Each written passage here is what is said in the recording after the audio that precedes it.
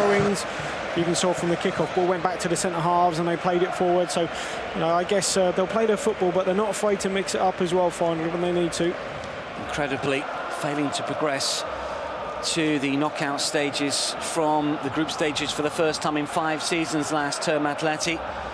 And like on the previous occasion when they slipped into the Europa League, when they went on to win it, they bowed out altogether last season, of course, as Feyenoord looked to come forward from the get-go here. Ueda with an early touch of the ball, and that will be key for him. Needs to certainly try and test that Atleti backline. Be interesting to see what type of striker he is, because he was fairly prolific in Belgian football, but this is the UEFA Champions League. It is a significant step up in class. It's cleared away by Axel Witsel, the veteran Belgian, no longer an international, of course, retired after the World Cup, but has got so much UEFA Champions League experience. This is his 85th appearance in this competition, and he playing in the middle of that back three. Be interesting to see, because as we've seen over the course of his career, David, he's mainly a midfielder, but the older he's got, the more he's stepped back, and now he's more than an occasional centre-half. Yeah, that's right. It'll be one area I think Feyenoord will be looking to target. Just looking at when they have the ball, Feyenoord, Gertrude, who's really highly rated, fantastic fullback. He comes in field almost as another midfielder, and that's because Atletico is so strong down through the middle of the park. He just gives them a little bit of protection in there, like that inverted fullback. Just means that Calvin Stengs is more or less hugging the right touchline. He's got it all to himself at the minute. Well, it's with Wellenreuter at the moment. Normally second choice, of course, but he's been in more often than not this campaign because of an injury to Justin Bijlo, who's out with a wrist problem. Feyenoord coming forward with Calvin Stengs on the right-hand side, and it's a good touch as well from Stengs. Looks to try and pull it inside the penalty area. The cross is blocked, but Stengs will have another go. Promising start from Feyenoord. This is Vifa to take a touch, and now it's with Stengs once again. He will pull it back. The cross comes in, but it's cleared away. Detroit just unable to lift it inside the penalty area. Nodded back by Zaruki. And then it's forced back towards the box again by Gertrude. It's all a bit of a mess at the moment as Atleti look to try and clear. They're not really making a particularly good job of it. This is Molina on the right-hand side under real pressure from Hartmann. Should be cleared away here, and eventually the ball goes out for a goal kick. Good pressure from Feyenoord. Fantastic start from them. I mean, really confident, moving the ball very quickly, trying to get the pass into Vifa in the pocket, and eventually worked it wide to Calvin Stengs. Lovely little step over and got to the bar line, and already they've had 2 crosses in the box, Feyenoord, so that will be really pleasing for them. Royal Antwerp against Shakhtar Donetsk, of course, the other early kick-off in Group H, and Royal Antwerp lead by a goal to nil. Abner Muja, the goal scorer. An historic night, of course, in Antwerp, and what a start for the home team. They lead by a goal to nil against Shakhtar Donetsk. Witsel will take a touch, and it's towards Molina again on the right-hand side. Griezmann gone further forward. That's just over Griezmann, and it will be comfortable for Zaruki to play it down. Signed from Twente, of course, in the summer.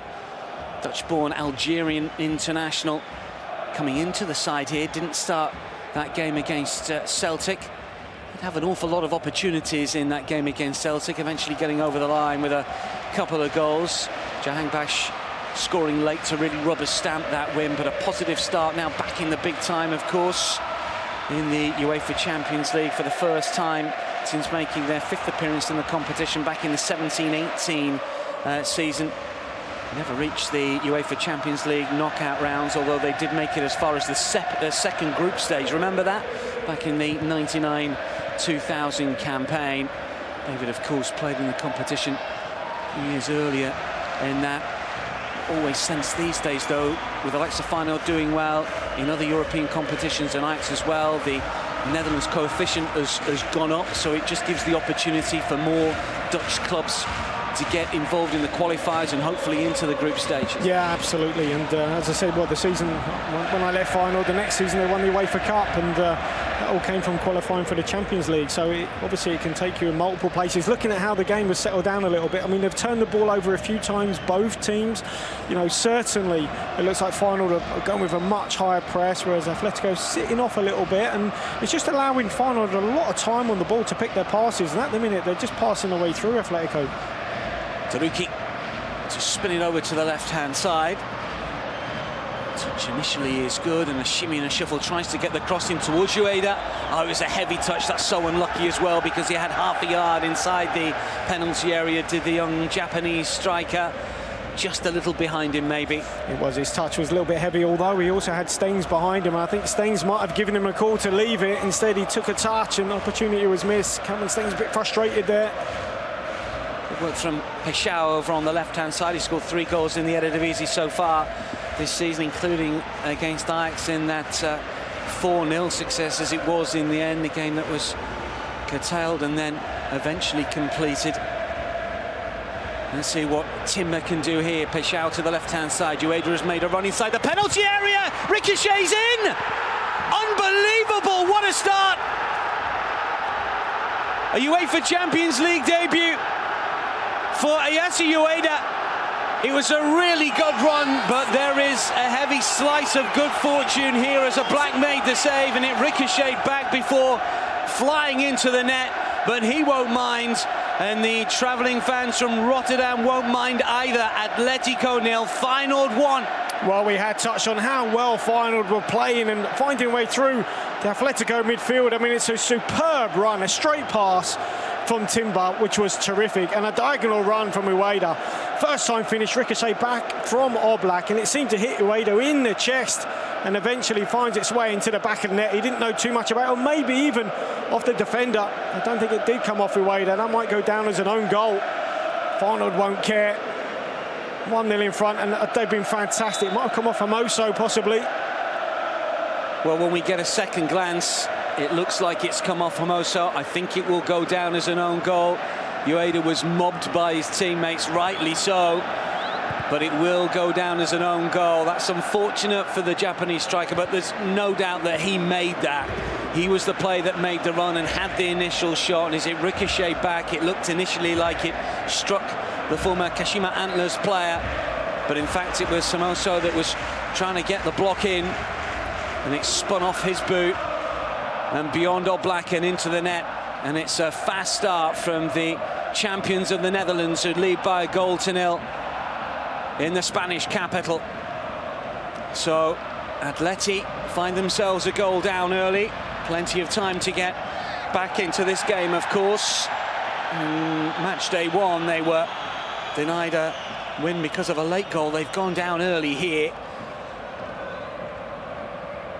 But it's been a positive start from Feyenoord, are in such good form. They were beaten in the Johan Cruyff Shield, the equivalent of the Dutch Super Cup, in their first fixture of the season to PSV, but since then unbeaten in the Eredivisie, with 5 wins and 2 draws from their 7 games so far. And as David pointed out, they come into this fixture off the back of 6 successive victories in all competitions, beating Go-Ahead Eagles in the Eredivisie on Saturday, and they've been involved in some spectacular scorelines as well, beating Heerenveen by 6-1, Utrecht away 5-1, Almere City 6-1, and of course that thumping of Ajax 4-0 eventually. So they're free scoring, they're a side that play on the front foot, and they have taken it to Atleti here, and they lead at the moment. Now, I guess what happens next with Feyenoord? Surely you want to keep them playing on the front foot. If you're a Feyenoord fan, have they just stepped back a yard or two after going in front? No, I think, look, certainly Simeone will want a response from his side. They are moving the ball a little bit quicker, zipping it around, taking less touches. But the issue for them is when Feyenoord have the ball, because they're just able to get in between the lines so easily. Vivo just positioned himself just off the front. You know, Timber's in there as well. Gertruda comes in as although he's a fullback and plays as another midfielder, and at the minute Atletico are really struggling to deal with them. Feyenoord have possession at the moment, cleared down the line by Hartmann. Ball goes out, and it will be an Atleti throw about 5 yards inside their own half on the right hand side. And now it's with Witsel from Hermoso, who will pick up the ball on this left side and look to try and get Morata in over the top here. It's a good looking ball and a decent header away by Trauner. And eventually the ball has found touch once again. Another throw into Atleti, this time on the left-hand side, midway inside the Feyenoord half. Played back towards Axel Witsel, just inside the Feyenoord half, inside the centre circle, curled over to the right-hand side by Azpilicueta. And of course, he's the Champions League winner, much decorated in his time with Chelsea before moving back to Spain. An awful lot of experience in this competition. Appearance number 79 in the UEFA Champions League for the veteran. Well, what Feyenoord don't have, I guess, is Jimenez as that goal-getter up front. But Inouye, they have someone who will work really, really hard, runs tirelessly, a real hard worker. When they don't have the ball, he's going to be putting those Atletico defenders under enormous pressure, as they have done again. They won possession back, Feyenoord. Another opportunity to come forward for the Dutch champions, but it's just taken away from Calvin Stengs. Good challenge from Samuel Lino, and then the shot from, well, 40 yards or so. Zaruki taking it on, and Oblak for a split second looked like he might not be able to get to this, but in the end it was a couple of yards wide. Wasn't that far away, was it? Well, it wasn't. I think they might have had a little look at the weekend's game, because Cadiz tried to lob Oblak. One of their players, their centre-halves, tried to lob Oblak from the halfway line, and maybe they've spotted that Oblak just likes to venture off his line a little bit, and, well, that was very, very close. Atleti have possession again, and the ball is with Samuel Lino, the Brazilian. First season in the UEFA Champions League for him. Towards Spelaqueta, and it's through as Morata tries to get in here and plants it into the corner. Atleti are level. Well, he was the first to react inside the penalty area, whereas the referee spotted something here. Has the flag gone up? It will be checked. We will have to see, because the ball ricocheted around. David, what do we think? Well, he might have just ventured. Maybe it looked like Saul was just slightly offside, and when Vivo tried to intercept the pass, stretched his long legs out, but just diverted it into the path of Alvaro Morata. And an erring finish, first time with his left foot into the near post. Fabulous finish, but I think it might just be offside, but he's certainly going to check the monitor, it looks like. And this is an interesting one, because certainly from the pictures on our monitor, what we've seen, Saul looked to be standing in an offside position, but it does ricochet off a Feyenoord player. And the Feyenoord player in question is Vivo.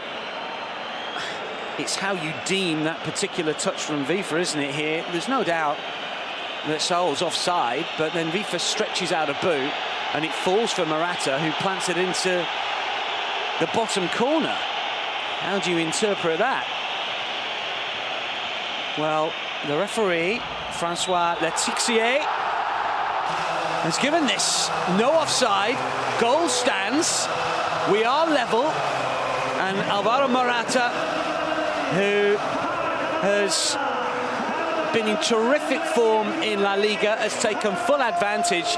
And I think the way that the referee and VAR have interpreted this completely correctly is the fact that Vivo is stretching out his boot. It's like he's got a positive touch on the ball. It's not taking a ricochet here. He's stuck out the right boot, and it's come back towards Morata, straight into his path, who's planted it beyond Vellenreuter. Then it's 1-1. Yeah, I mean, it's such a good finish. The finish is absolutely fabulous. It comes off the inside of the post. He hasn't got much room to work with, Alvaro Morata. He's almost in line with the near post as that ball drops to him.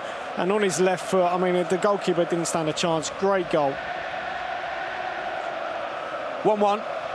And Morata, who was without a UEFA Champions League goal in 10, is back on the score sheet here for Atleti. Brilliantly taken.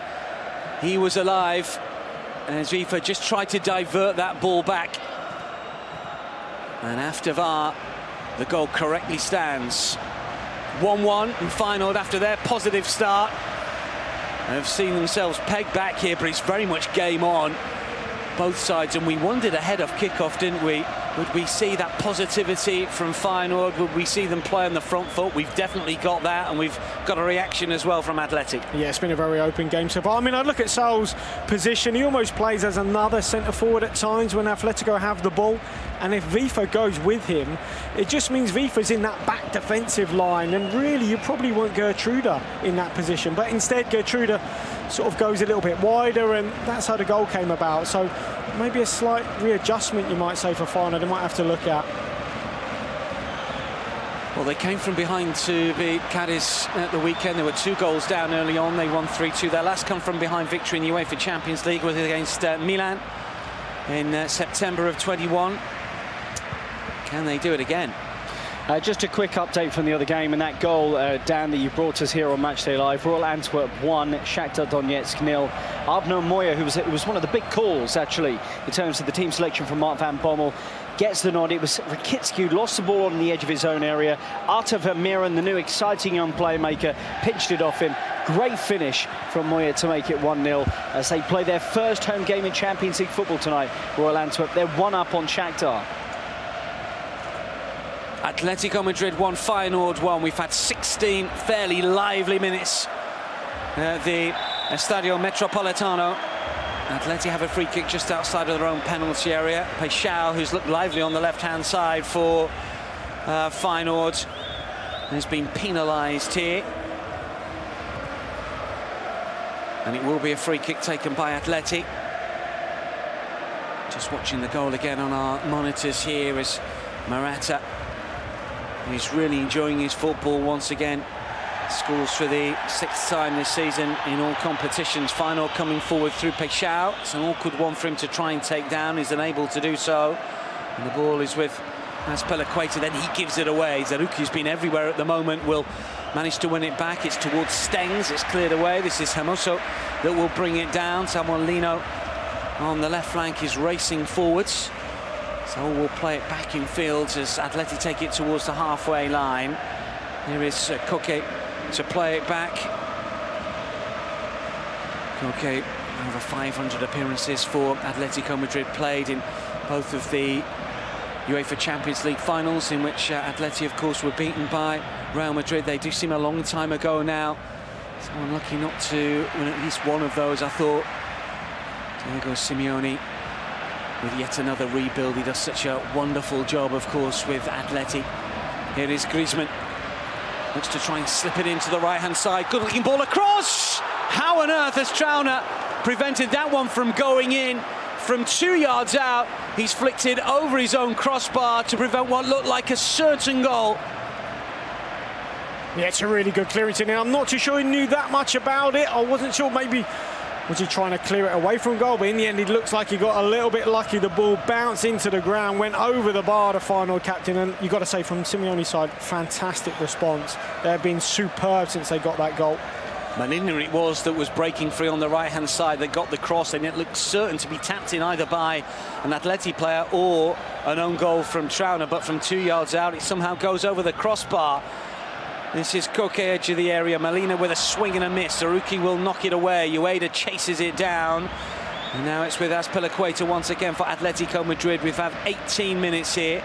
Rodrigo de Paul, we've not seen too much of. He's been missing with injury. Came on as a late substitute in the come-from-behind success against Cadiz at the weekend. But the Argentine World Cup winner, fit and firing once again. Curled towards Morata, who will flick it on here, and it's hit the post, and then the second effort doesn't go in. It was Saul and then Griezmann, and then the flag is up, and it might not have counted anyway, but Feyenoord struggling to keep tabs on the movement of the midfielders and the attackers of Atleti. David. Yeah, we touched on this with Robert in the build-up, didn't we, about Saul. He's always on that last line. It looked like he might have been offside as well, but lovely little flick round the corner from Morata, and there's Saul on the last man, getting in behind, gets there ahead of the goalkeeper, flicked it around him, came off the post, but he was offside. You mentioned that Saul's having a bit of a renaissance, isn't he? I mean, he's still a young player. He's 28. He's 4 assists so far this season in La Liga. He's been the creator-in-chief for Diego Simeone's side this term. He's had a terrific start to the 23-24 season. Well, he's certainly playing in a higher position. He's in midfield, but when they have the ball, Atletico, he pushes up into that same attacking line as Alvaro Morata and Antoine Griezmann. He plays like a striker at times. It's just dragging Vifa really deep for Feyenoord, and it's given them a real problem keeping tabs on him. Feyenoord have possession. Ueda makes a run through the middle.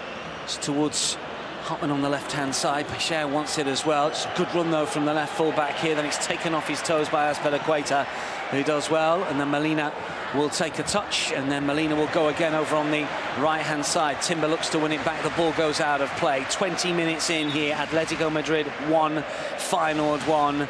And a breathless start to match day 2 of the UEFA Champions League. Feyenoord, the Dutch champions, for just the second time in 19 years. An incredible drought in the noughties. But they came good last season, and how won the title by 7 points from PSV, beaten in the Dutch Cup in the semi-final stage by Ajax, and of course made it through to the Europa League quarter-final. They were beaten by Roma. Roma, of course, also beat them in the UEFA Europa Conference League final. As Feyenoord look to pick up more silverware in Europe, of course, European Cup winners a long time ago, and as David pointed out previously, that UEFA Cup success back in 2002, beating Dortmund in the final. They have got plenty of history in Europe, as have Atletico Madrid. Ball forward, looking for the run of...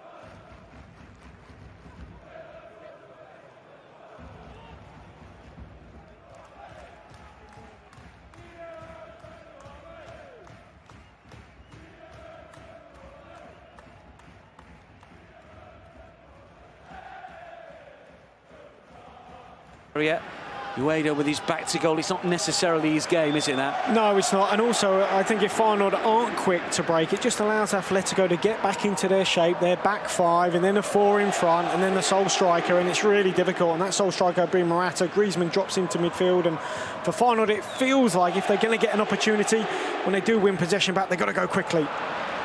Peixao. He's got Timber in field.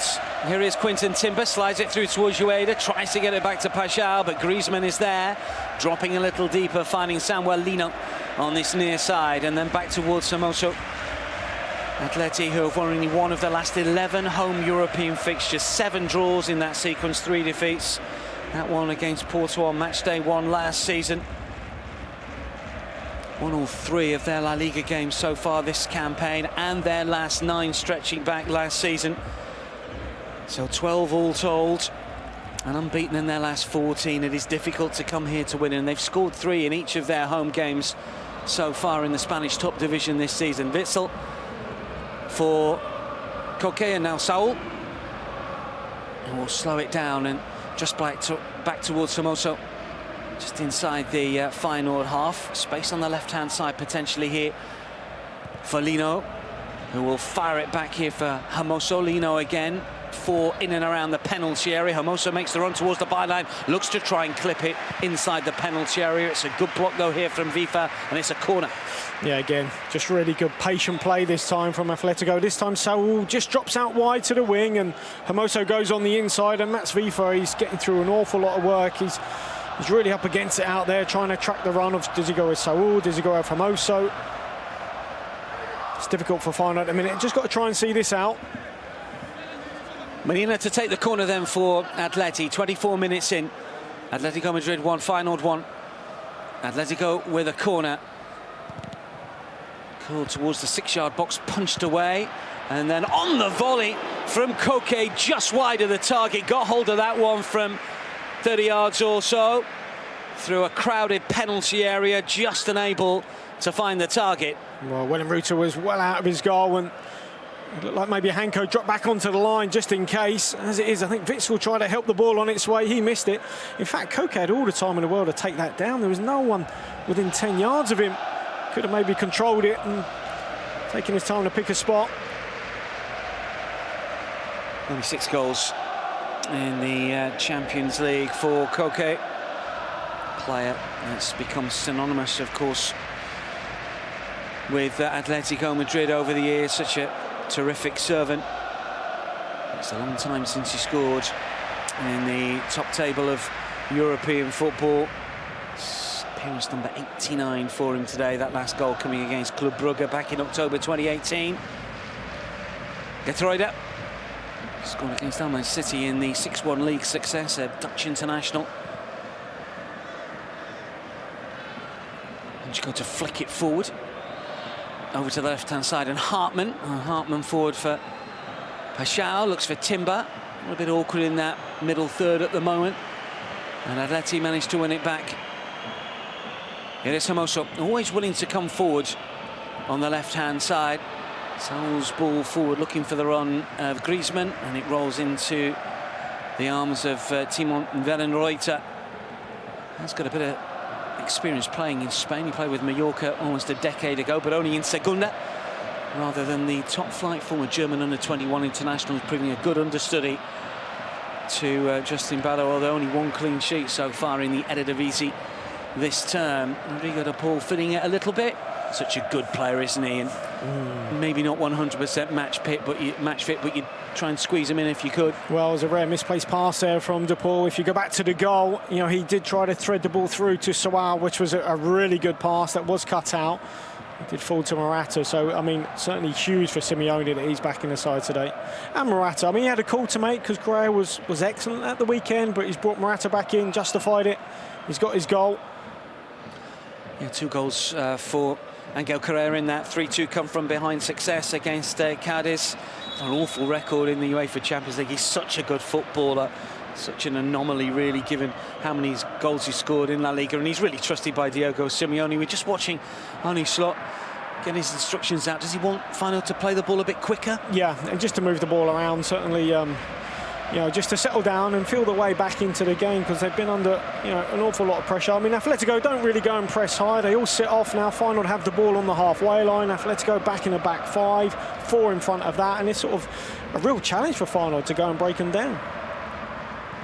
Feyenoord without an away win in 7 away European games since a 3-1 success against Slavia Prague in the Europa Conference League. That was a quarter-final second leg, and they've lost their last 5 away games in the UEFA Champions League group stage since win at Newcastle on Matchday 2 back in 2002-03. 1-0 success in the northeast of England.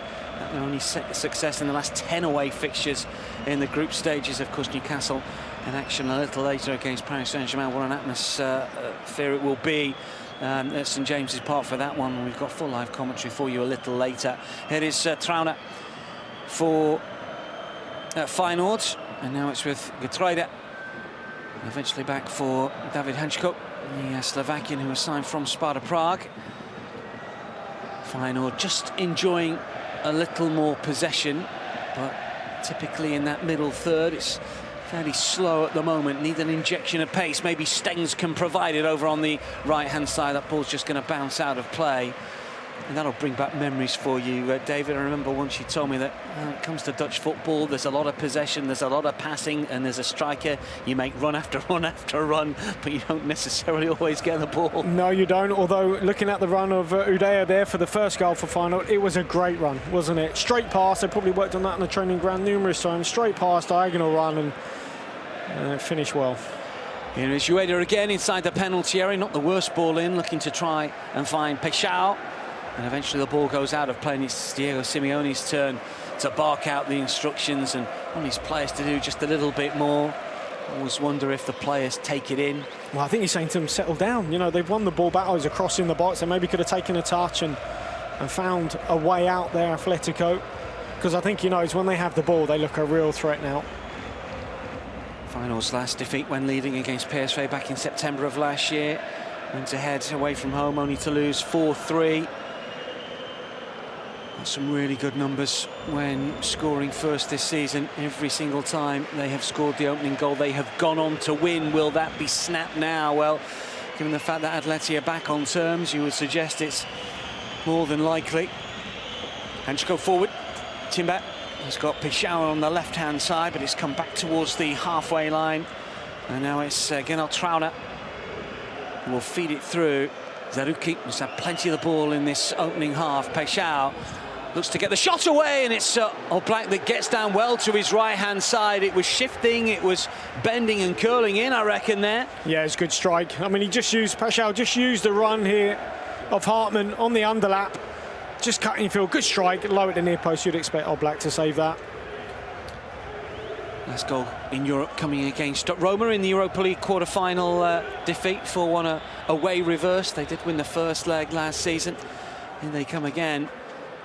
It's another corner over on the left-hand side, or does it spin off a final player? Antoine Griezmann thought it did, and I think the decision has gone Feyenoord's way. Well, Jan Oblak just saying to his defenders there just to switch on, because nobody did it, just allowed Feyenoord to take it quickly. They didn't quite make the most of that. I think they could have got the ball in the box slightly earlier there. A shout, left arm up. Let's see what this signifies. It's right that Vivo inside the penalty area amongst others. It's overhit. He was to the back post, and it's just going to curl behind for a goal kick. A little bit disappointing delivery on that occasion. Again, we just look at the goal again on our monitors. It ricochets round and it hits Hermoso. Ueda will claim it, and probably at this minute still thinks it's his, but it will go down as an own goal. Black made the initial stop. But fortune favoured Feyenoord as they got their noses in front, but no more after Morata's equaliser. Azpilicueta. This is Nahuel Molina. Azpilicueta again. Witsel. Let's get Samuel Lino further left still. It's gone via Hermoso. Lino under pressure from Gertruida. And then all the way back towards Jan Oblak. 75th start in the UEFA Champions League for Jan Oblak. What a servant he's been. He's looking for, or was looking for, clean sheet 33. He's obviously not going to get it. What a turn from Sorrell. He is so confident at the minute. Just received the pass, straight pass into his feet, about 10 yards over the halfway line. Lovely little Cruyff turn to get away from Vivo, and he is playing so well. We've got another goal in Belgium, and Royal Antwerp in their first ever home Champions League game are now 2 up on Shakhtar Donetsk. Just checking the offside decision here, but it looks like the winger Michel-Ange Balak-Grisha is onside.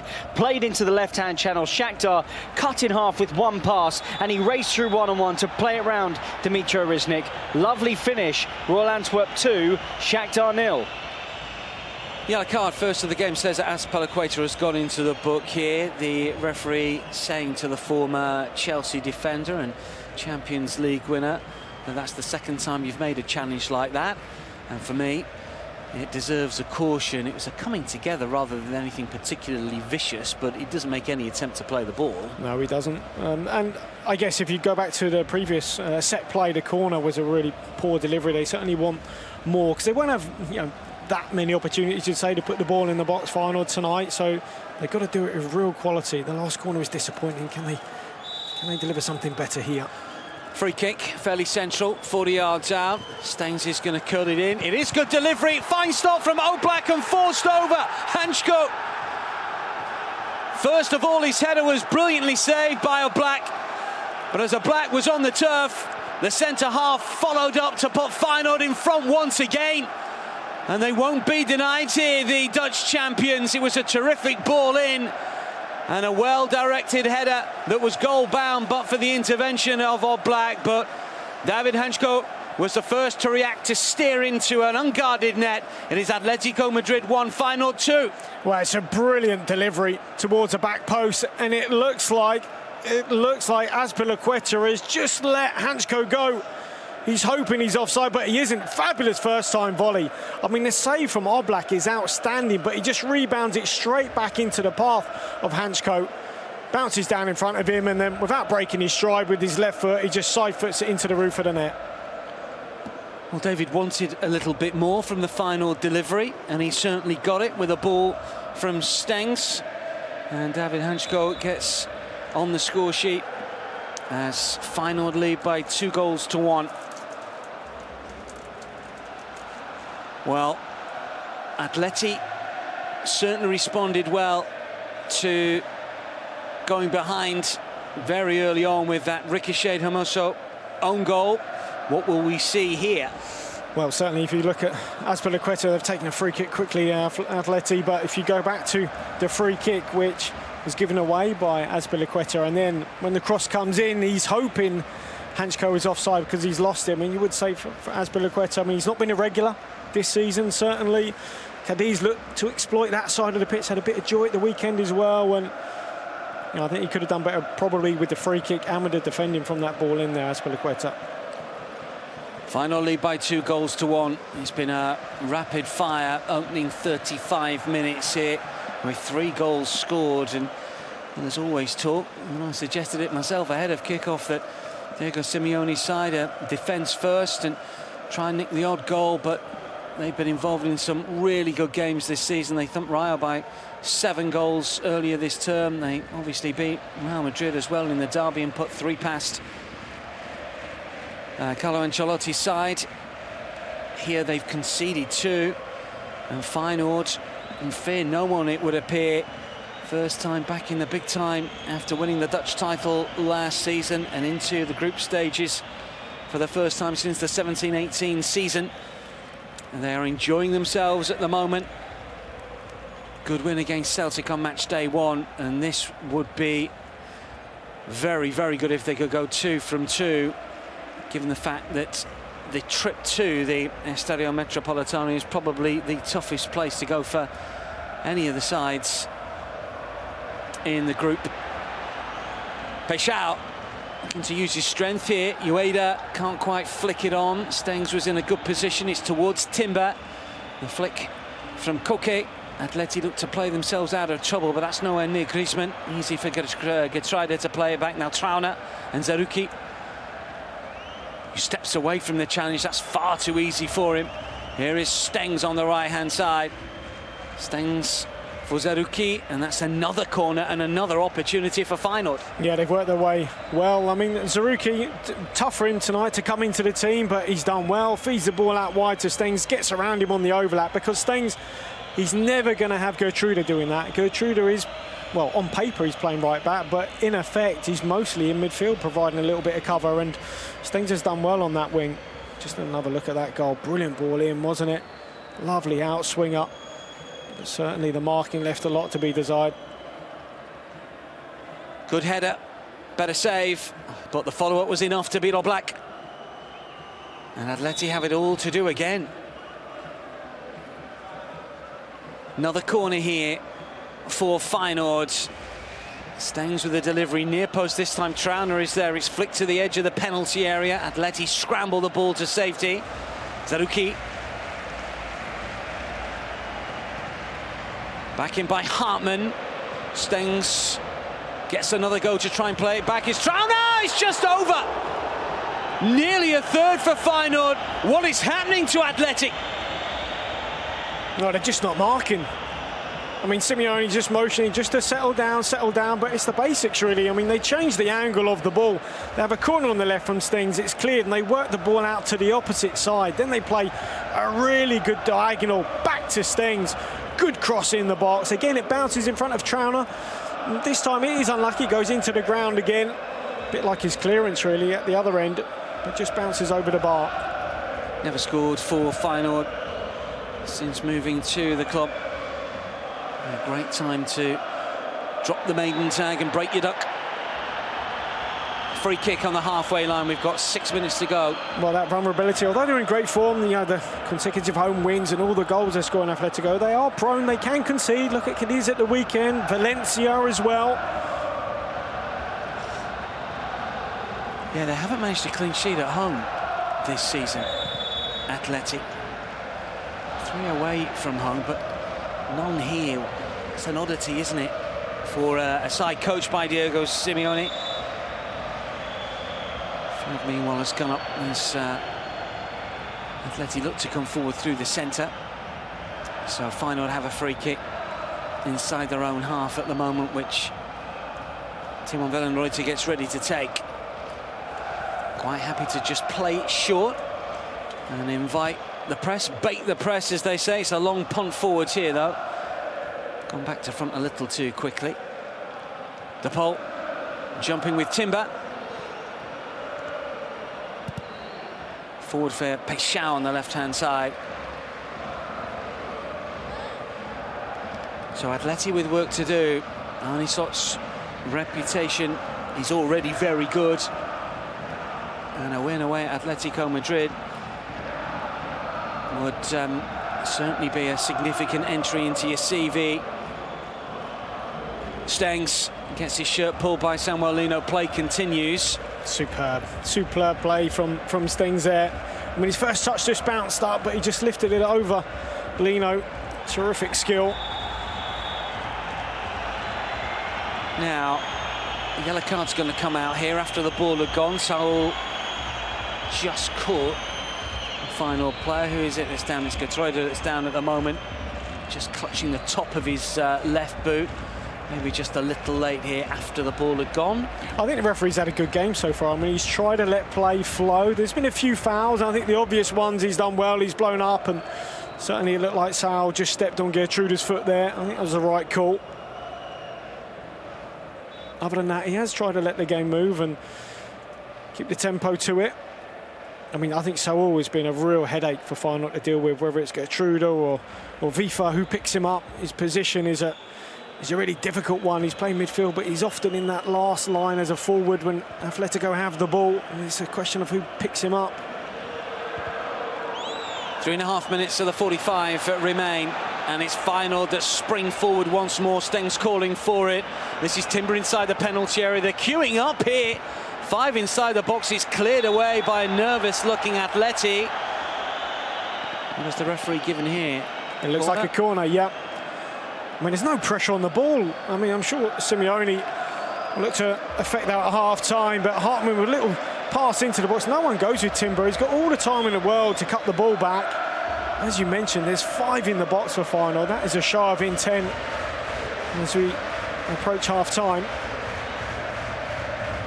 Well, they're going with in-swingers both sides. Paixão from the left and Stengs from the right.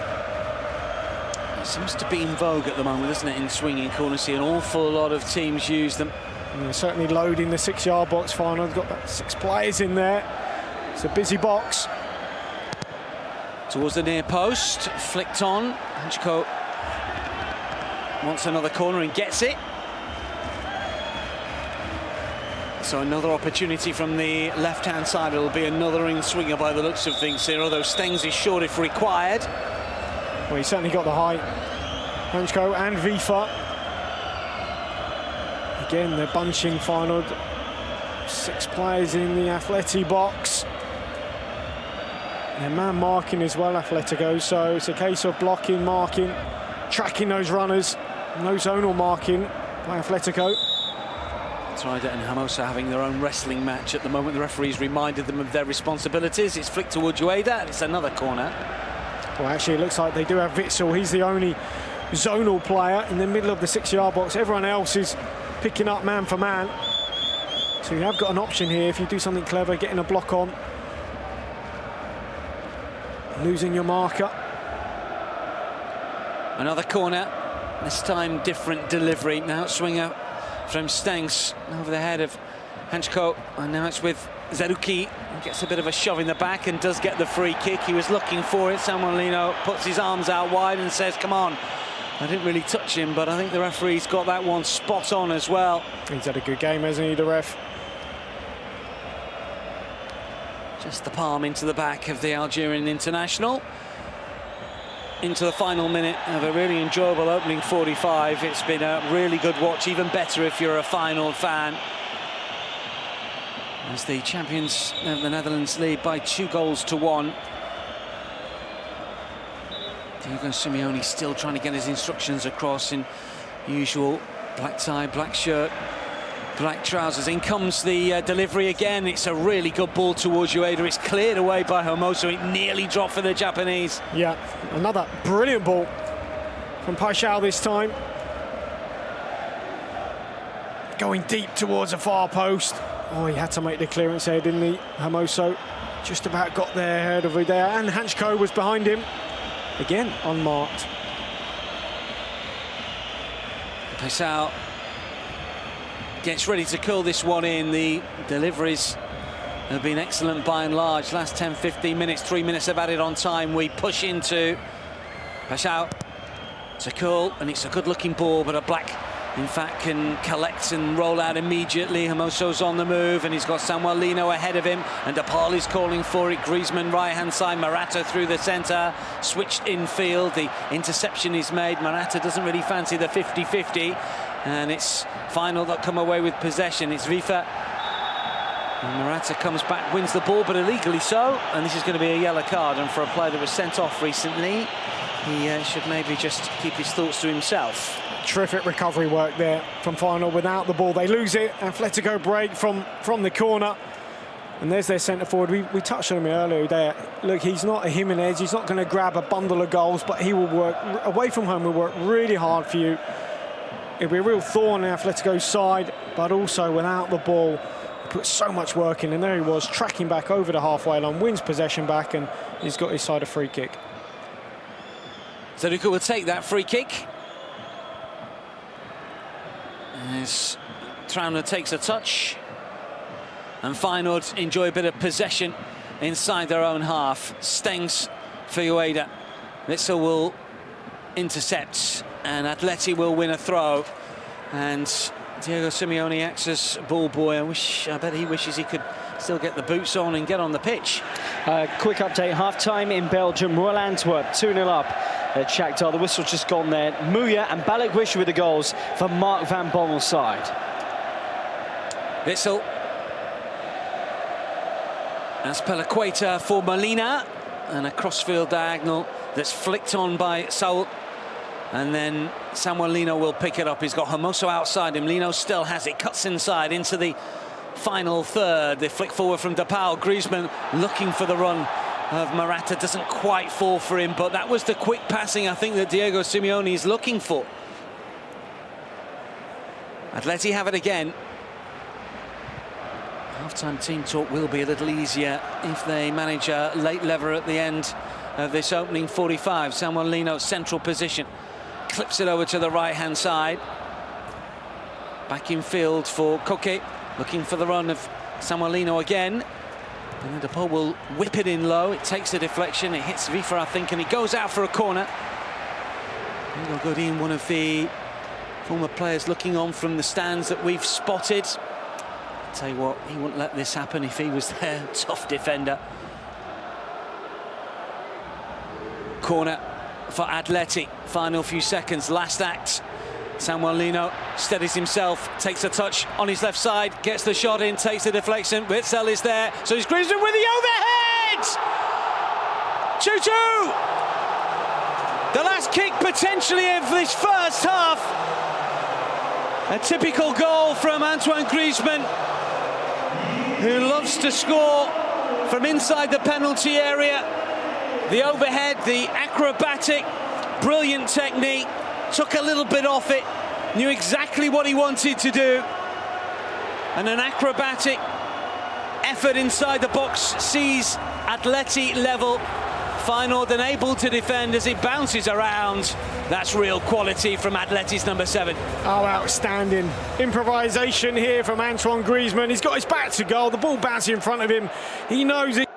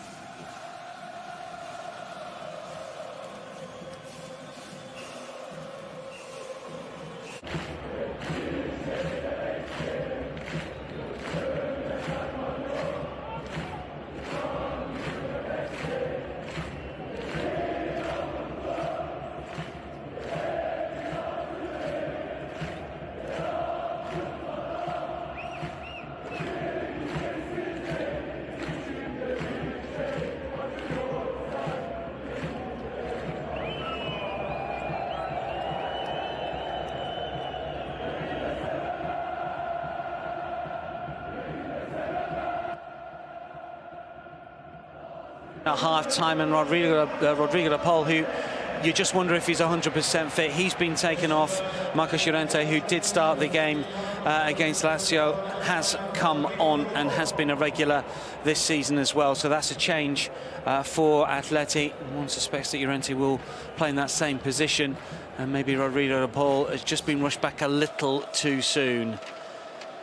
So get set then for the second half. Atletico Madrid 2, Feyenoord 2. Antoine Griezmann with that very late second Atleti goal. An impudent overhead kick from inside the penalty area, giving Atleti a second leveller after Morata had done something similar following Hermoso's old goal and Hanchko's effort from close range after his initial header was saved by Oblak. You rarely get two halves of football the same, David, but from a neutral point of view, I hope we do. Yeah, that's right, so do I. I mean, the way it started, I mean, Feyenoord got possession back and looking to attack again. I guess, you know, they would have gained a little bit of, well, a lot of belief from that first 45 and tinged with a bit of disappointment. Maybe they didn't quite see it out, but look, they put it behind them and started well here. Timber to try and play the ball inside the penalty area. However, Atleti should be able to clear. Morata's on the move, but just ignore. This is Griezmann on the right-hand side, just clips it over to the left flank, and Hermoso, who's got Samuel Lino, of course, played his part in that late leveller in the first half, and the Brazilian just slows things down. And now it's with Saul as Atleti come forward centrally, and eventually to Molina. He looks to come forward on the right-hand side, just has to check his run. It is Koke. Griezmann waits. Morata as well. 24 goals in the UEFA Champions League for Alvaro Morata now. His second when it comes to Spanish top goal scorers. A goal in Belgium. Shakhtar Donetsk have pulled one back through Danilo Sican. Charge presented to him after the goalkeeper Jean Boutet of Royal Antwerp. Big opportunity taken. Morata slides in. And it's Atleti that lead by 3-2. They are in front for the first time in this fixture. Feyenoord switch off. Morata at the double. Atletico have 3. And the Estadio Metropolitano erupts once again. Well, it looks like Feyenoord are appealing for offside here, but I don't see anything wrong with this goal. It is an outstanding cross in the box from out wide. Brilliant ball in. I mean, they take the throw in quite quickly. Atletico move it pretty well. It's Molina who's, well, he's pretty slow to close down. Then he looks onside. Morata gets the run on Trauner, who looks to be possibly pulling at his shirt as it is on the half volley. Not an easy finish. He's just trying to get his studs on it, Morata. He does that really well with his left boot and just sneaks in at the far post. Terrific ball in. Wonderful finish. Morata makes it 3-2 Atleti. Molina with the assist. Morata with another poacher's goal. And that is 7 for the season across all competitions for Alvaro Morata. And after that long drought without scoring in the UEFA Champions League, he is back amongst the goals here. And now 25 in the UEFA Champions League. I was about to ask David if he knows the top 2 when it comes to Spanish goal scorers in the UEFA Champions League. Go on, Dan, I know you know. Tell me, put me out my misery. It's only because I'm across a Twitter feed. I'll let you have a guess. I'll let the listeners have a guess for a second. I'm sure they're probably across it. One thing I will say, if Morata keeps getting service like that, he's going to get close to the top. That's for sure, because what a cross in from Molina. You would say Feyenoord have got to put more pressure on the ball a little bit quicker, especially when you've got Griezmann and Morata as a front pairing. You've got to deny them service, and certainly when the ball's out wide, you know Atletico are going to cross the ball in the box. Got to get there quicker and try and prevent it coming in. On a hat-trick, hit a hat-trick for Spain against Georgia recently in a UEFA European qualifier. Diego Simeone wants the crowd to be more engaged. Atleti 1-0 down, 2-1 down, now 3-2 up, and the home supporters respond in kind. They make an awful lot of noise here. Been averaging just under 60,000 in La Liga this season. Second in terms of attendance averages in Spain. Of course, Barcelona not playing at the Camp Nou this season. But, well, it's not quite at capacity you would have thought for this fixture. We've not had the official crowd in. They can make some noise, and it's a wonderful football arena. And Atleti starting this second half with a goal to put them in front. Here is Molina. Looks for Griezmann. Zaruki for Feyenoord. Now we'll find out a little bit more about Arne Slot's side, behind for the first time in this fixture. Everything can look a bit easy when you're scoring and you're winning. How are you when your backs are against the wall and you conceded for a third time? And crucially, just after the restart, you've got instructions from your manager ringing in your ears, but surely they have to change now, or do they? Feyenoord have been on the front foot for much of this fixture anyway. Ueda does well initially against Witsel, and the ball will break to Timber, and now it's with Vifa and eventually Stengs. Always danger when Calvin Stengs is on the ball. Geertruida thought about slipping it through to Ueda. He's gone back towards Zaruki, had that shot from pretty much the halfway line that nearly embarrassed the Black in the first half. Vifa will clip it inside the area, cleared away by Azpilicueta. Amoso's touch, and then further away by Koke. This is Trauner. And there has been a mini response from Feyenoord. Yeah, that was a good move. I mean, Vifa gets to the byline. You would say, could he put a little bit more on the cross? Doesn't quite get under the ball. And it's cut out at the near post. And we touched on Stengs earlier. I mean, he is the one out wide. He's going to have to create something on his own. Geertruida is the fullback, but he hasn't got around him once. He's almost playing, you know, as a midfielder, an inverted fullback. So it's up to Stengs to go and create something, and Geertruida is the protection when they lose the ball. Feyenoord have it. Anchko on the halfway line. Atleti's turn to take a breather maybe here. Stengs on the right-hand side. Geertruida flicks it in field. Ueda, that's a good touch, and Timber tried to knock it back to the Japanese, unable to do so. Then Griezmann loses out, and then a shot from distance that's blocked, and it spins away. It was Hartmann that took it on. Well, it's ambitious, wasn't it? Here's another look at this goal. What a ball in from Molina, who just ghosted in behind Hanchko. Gets in between the two centre-halves, him and Trauner. He's got a simple task, just to get his studs on it. That's all you need. The sole of your boot. Especially when you've got such delivery. Outstanding ball in from Molina. Stengs takes the corner. Pashao. Stengs to curl in. Hits Morata, ricochets away. Stengs can't take it down, and Lino has been felled, and this is going to be a yellow card for Calvin Stengs. OK, we're getting team news for the later kickoffs, including Porto versus Barcelona, Richard Connolly. Yeah, Porto, the same team that began their league defeat to Benfica on Friday night. So defender Fabio Cardoso, who was actually sent off in the first 20 minutes of that match, will start this evening. Barcelona, a couple of changes to the side that beat Sevilla also on Friday night. Araujo for Christensen at the back, and Romeo in for Rafinha, who hurt a hamstring on Friday. So those are the changes for the match later on. Thank you very much, Richard. An hour till kick-off there, but what a game we've got in Madrid. 3-2 Atletico, Dan. Atleti have the advantage. Terrific start to the second half for Diego Simeone's side. And if you were wondering about the top two Spanish goal scorers in UEFA Champions League history, Raúl, of course, 71 to his name. Fernando Morientes, 33. Koke for Atleti. And now Molina looking for another delivery from the right-hand side towards Morata. Better block this time from Hartmann. Yeah, that's right. I mean, that is what they needed to do from Morata's goal. And get up to the ball and close that down quickly enough. Especially with that delivery that he's got, Molina. He is such a weapon out wide.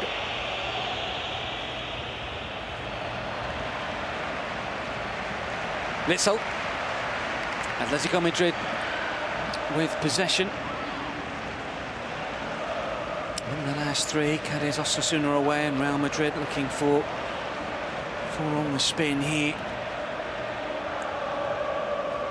Only defeat against Valencia this season. Way the UEFA Champions League schedule is. Celtic away, then home in that double header for match days 3 and 4, as we traditionally have. And then after that, of course, take on Lazio, then Feyenoord to round out their schedule. And as it stands, they've got 4 points, and I fancy their chances of progressing, something they didn't do last season. Curl towards Morata. Zaruki away, Timber with a touch, Stengs has it. Oh, that's a clever movement, really. Lets the ball just run underneath the blades and then comes away, beats a couple of Atleti players. Lino is back goal sides at the moment, but Stengs still coming forward. This is Hartmann to control. Peixao on the left-hand side. Ueda waits inside the penalty area. Peixao. Zaruki. Stengs right-hand side, Geertruida as well. Zaruki still moving through the gears. Stengs, Geertruida, Ueda, edge of the penalty area, still Feyenoord, probe away. Zaruki takes it on. It may well have been meant for Geertruida, that ball, but Zaruki's got away from Lino. Then he was dragged back. That's a free kick. And another caution, David. Yeah, Zaruki did superbly well here. I mean, this was excellent from Feyenoord, because we touched on Stengs earlier, the role he plays in this team. He has to carry Feyenoord forward. He does that brilliantly. Let the ball, as you say, run underneath his boot and then carried it right up to the edge of the box. And then he's just really waiting for support. It was a little bit slow. There's only Peixao in the box and Ueda, so they settle down, recycle the play, eventually comes to Zaruki, and he plays a lovely little nutmeg on Lino, who puts his arms up to say, what, me? Well, yeah, you. Yeah, easy. Now, this is in a good position for Feyenoord. A couple of yards from the byline. They've got Hanchko, the height of him, Trauner in there too. Hanchko waits. Trauner, the skipper, on the penalty spot. Peixao near post. Atleti with everyone back in red and white inside that packed penalty area. French referee Francois Le Texier moves away. Up goes the signal. Stengs is going to go hard and low. Morata will nod away, and it came to him fairly quickly and with a bit of power, and that's caught him flush in the face. He's done the job for the team. Yeah, I've been in that role before. A centre forward, you've got a job at the near post, comes your way, just head it clear. Something you don't really want to do, but he had to do it there. I mean, you could just tell by the run up from Stengs he was going to blast that in and just hope a little nick. That's all it needed. As it is, that one will hurt from Morata, and they won't want to lose him. 5 assists in the Eredivisie for Calvin Stengs, and he talked about the loss of Jimenez, who was sent off in that quarter-final second leg against Roma last season. That's why he is suspended for this one, as he was for the previous game. But he's a real miss, isn't he? Because although Ueda has made some clever runs and obviously had a big hand in the first goal, just tend to think he's faded a little bit as we've moved into this second half. And Jimenez has got 10 goals this season already for Feyenoord. You're obviously going to miss a player like that. Yeah, absolutely. And in both boxes as well, you know, from goal scoring sense and defending. He's got the height as well, and he's that presence. He's their main man, their best player, most coveted player. So to be missing for these games is a real blow. I mean, they have compensated. They've come away from home and scored 2 goals. Corner taken. This is Zaruki to curling. Good delivery. Trauner over the crossbar. That had to take an Atleti deflection, did it? It did. Well, that's good from the referee, because initially I think he was going to give the goal kick, but he realised straight away. It certainly came off an Atleti defender. Yeah, it looked like him off Saul in the end. Trauner headed it onto Saul's head. Good decision from the referee. I don't mind that. Initially thought it was a goal kick, but realised straight away, had the communication to his assistants. A lot of jostling inside the penalty area. Corner is taken short this time. Peixao and Stengs. Griezmann is the defender, or at least the player goal side. It's worked back to Zaruki, and now it's with Hartmann. Not quite sure Feyenoord planned all this, but we'll see. They're a little narrow at the moment. It's towards Trauner, who backs in. Stengs, was it? No, Peixao with a header. And in fact, it's nowhere near the target.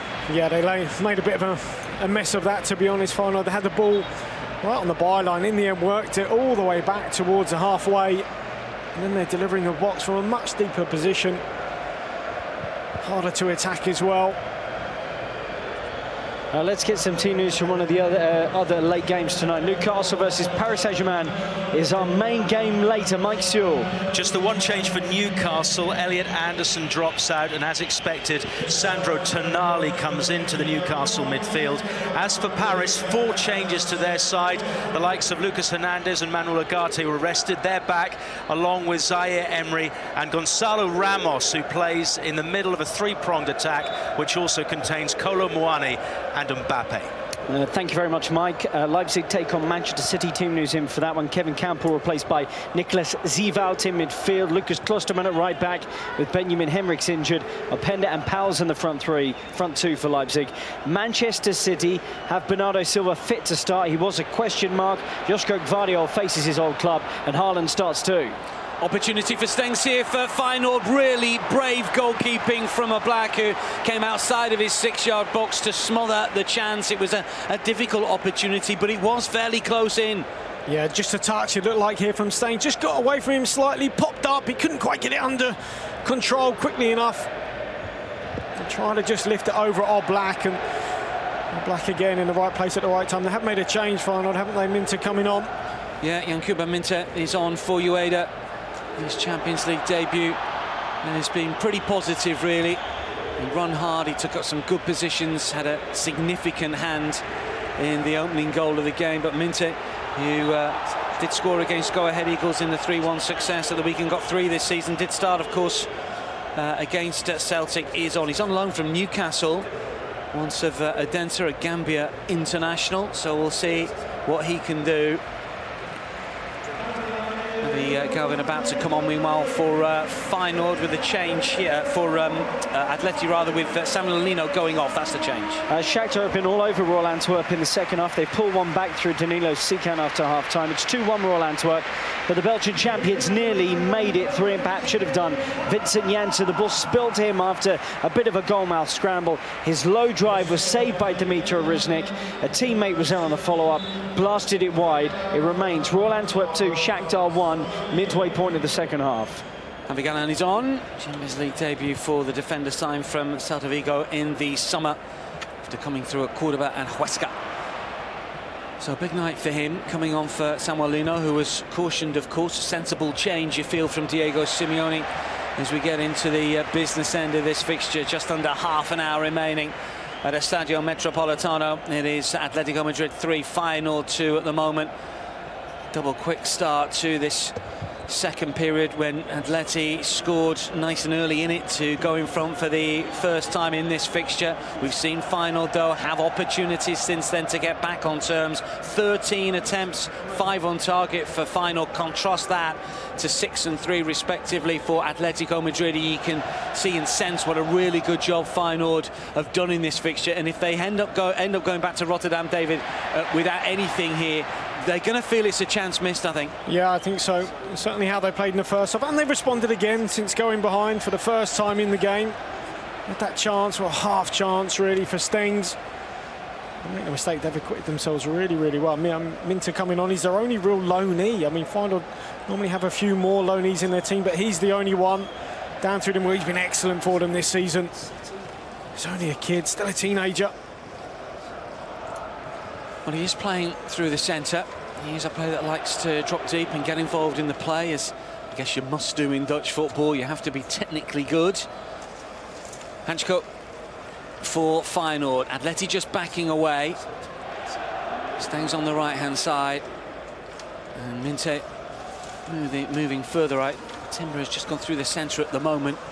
And there's plenty that can operate in different positions for Feyenoord, just looking to draw Atleti out at the minute. They're on the halfway line at the moment. Peixão shows strength and determination and speed, still going, takes the shot on just over the crossbar.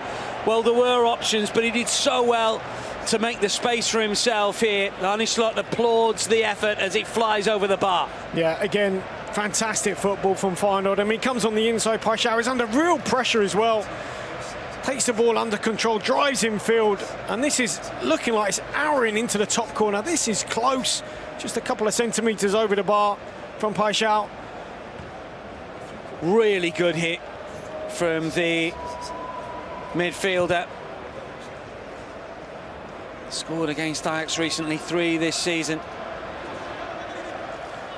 I mean, look, it's got to be something special to beat Oblak from 30 yards out, but that was nearly it. Just saw a glimpse of Diego Simeone speaking to his coaching staff here. Wonder what might he change next, potentially. Morata. Trauner was tight to his man. We've got an Atleti player down here. Well, that was a sign. Just coming back to Alvaro Morata, if you go back to maybe when he was at Chelsea and his confidence was low, wasn't scoring, if the ball is fizzed into him as a front man, it sometimes might come off him and his touch would be a little bit heavy, but he's confident, he's scoring goals, the ball is fired into him there. Bang, his touch, it sticks, it's really close to him. And he is a man in real form. And confident. He's matured, I think, as a goal scorer, hasn't he? He is a confidence-based player, though. I mean, he's spoken about that so often. It's really important to his game. Shakhtar have got level. It is 2-2 at Royal Antwerp, and Rakitsky, who was dispossessed near his own area for the opening goal, has made amends with a free kick, famous for his free kick, the big defender. But this one took a huge deflection of Balikwisser and ended up in the net from 2-0 down with 20 minutes to go. It's Royal Antwerp 2, Shakhtar 2. Wellenreuter goes long for Feyenoord to the halfway line. Minte's beaten in the air. Atleti have it at the moment. It is Morata. Griezmann through the centre, but it's back towards Molina, just inside the Feyenoord half. Griezmann will play it back. Atleti lead by 3-2. Still got 25 minutes remaining here at Estadio Metropolitano. Feyenoord twice in front, now trailing for the first time, as Morata, with 2 goals, has turned this around with the help of Antoine Griezmann's wonderful overhead on the stroke of half-time. Good running from Azpilicueta for Atleti. Now it's with Saul. Eventually to the left-hand side, trying to work something. Javi Galan getting a touch back for Koke. Molina. Down the line for Llorente, who keeps it in play and gets a good-looking ball in. Cleared to the edge of the penalty area. Amoso. This is Koke to play through. Griezmann unable to take it on, and it's Minte that will drive forward. He's surrounded by red and white striped shirts, and well, he was never ever going to get through there, I think. Yeah, thankless task from Minte. We had 7 Atletico players back there. So just try a lob from their own half there. I mean, just looking at Simeone on the side, you can tell, I mean, look, he's obviously in a better place than he was, because they're, for the first time in the game, they're leading, but he's so demanding on the sideline. You can tell at times to win the ball back, he's motioning right, settle down. At other times, you know, move that ball a little bit quicker. He's always right on the edge of that technical area. He's a real presence, that's for sure, isn't he, on the sideline? Well, Feyenoord have scored 3 or more in each of their last 5 Eredivisie games. They need a third here if they are to head back to the Netherlands with a point. 3-2 they trail. We're into the final quarter of what's been a terrific fixture. Every single game seems to matter in the group stages of the UEFA Champions League these days. Every single game is an occasion. There's so much on it. Every point has to be scrapped for. And Atleti have had to scrap, but it's that quality that's given them the lead. Here is Griezmann looking for his second, potentially rolls it towards Morata, and Hanchko, a bit of confusion there with his keeper Wellenreuter, puts it behind for a corner. He was awkward, it certainly was. I mean, Griezmann spins into the channel. He's got all the time in the world, really. He's trying to pick out his strike partner, who peeled towards the back post. Hanchko watched the run, but then he just gets turned. He's facing his own goal, and it's an awkward one. It's not a convincing clearance. In the end, puts it over his own bar for a corner. Opportunity to pile on the pressure and just get a bit of breathing space here for Atleti. Left wing corner, high inside the area. It's towards Koke, it's cleared away. Molina provided 1 assist, of course, so far tonight. Llorente on the right-hand side. Amoso left-footed towards Griezmann on the volley, looks to play down Morata, who jumps, and Witsel cleared off the line. The whistle has gone anyway for a foul on Timon Wellenreuter. I think he's got every right to go for it, but again, the referee has called this one right. Yeah, I think he has. Lovely diagonal though, out to Antoine Griezmann. First time volley back in the box, bounces into the ground, pops up to Morata in the air. He's on the 6-yard line. Challenges well and Ritu. He's not a convincing take there. I mean, for me, I didn't see anything wrong with that. Neither does Simeone. No surprise. Mats Vifa. Michel Getroida. Hartmann for Peixão. On his right foot again, curled in. Just for a second from our angle, it looked like it might spin into the top corner. Whether it was meant as a cross or a shot, only he will know. But Oblak was scrambling. He certainly was. Oblak, I think, thought this might have been dropping in towards the back post. I think he's just saying to his defenders there, can you try and keep Peixão down the line onto his left? Don't allow him infield. And he was scrambling.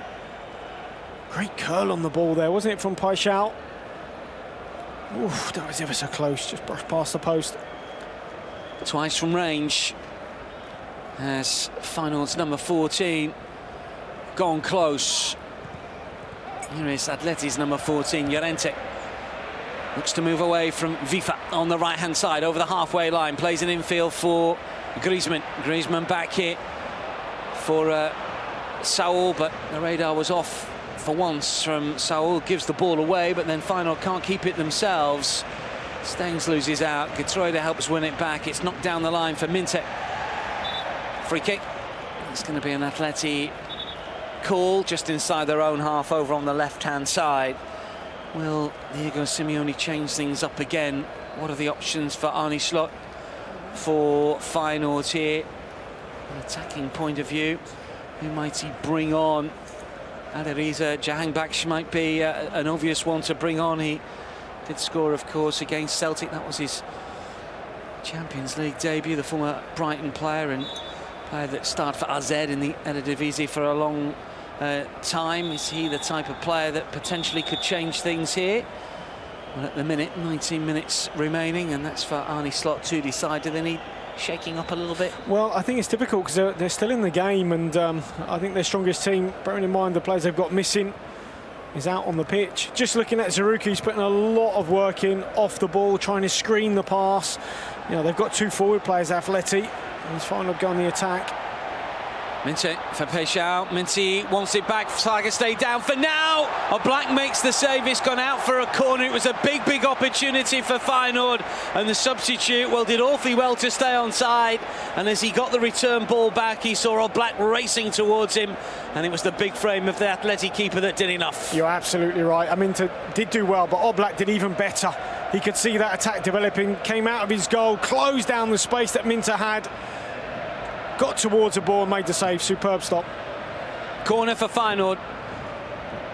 Black to try and keep his concentration. Curl to the near post. It's flicked on and over, and it was Feyenoord player that got the final touch. Goal kick. Shakhtar have come from 2-0 down to now lead 3-2 at Royal Antwerp. Some fight back from the Ukrainian side, and it's a second goal tonight for Danilo Sikan. Jean Poutet, the Royal Antwerp goalkeeper, was trying to prevent a corner. He slid across, but kept the ball in play and gave it to a Shakhtar player who crossed to Sikan to score and into an empty net.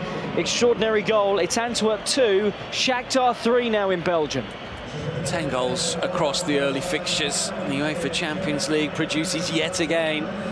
We see a double switch for Feyenoord. Trauner and Vifa, the player that has players that have gone off here.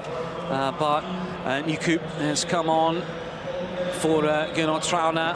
That's the first alteration for the visitors. And we'll get confirmation of the second player that's come on shortly. Looks like Andre Linger has come on for Mats Vifa. That is the other change. Well, what that means for Feyenoord is Gertrude can play centre-half. He'll go in there, and Newcastle is a right-back by trade. So he'll take Gertrude's position on the right. And going back to that save from Oblak, it was outstanding. How quickly he came out of his goal, closed the space, spread himself, read that Minte looked towards a far post, but actually tried to aim the ball at the near. Got his left leg down really well, Oblak, and it was a superb save. 16 minutes remaining. Azpilicueta with a throw, long to the halfway line, tries to aim it towards Morata. The ball goes out as Atleti inch up this right-hand side.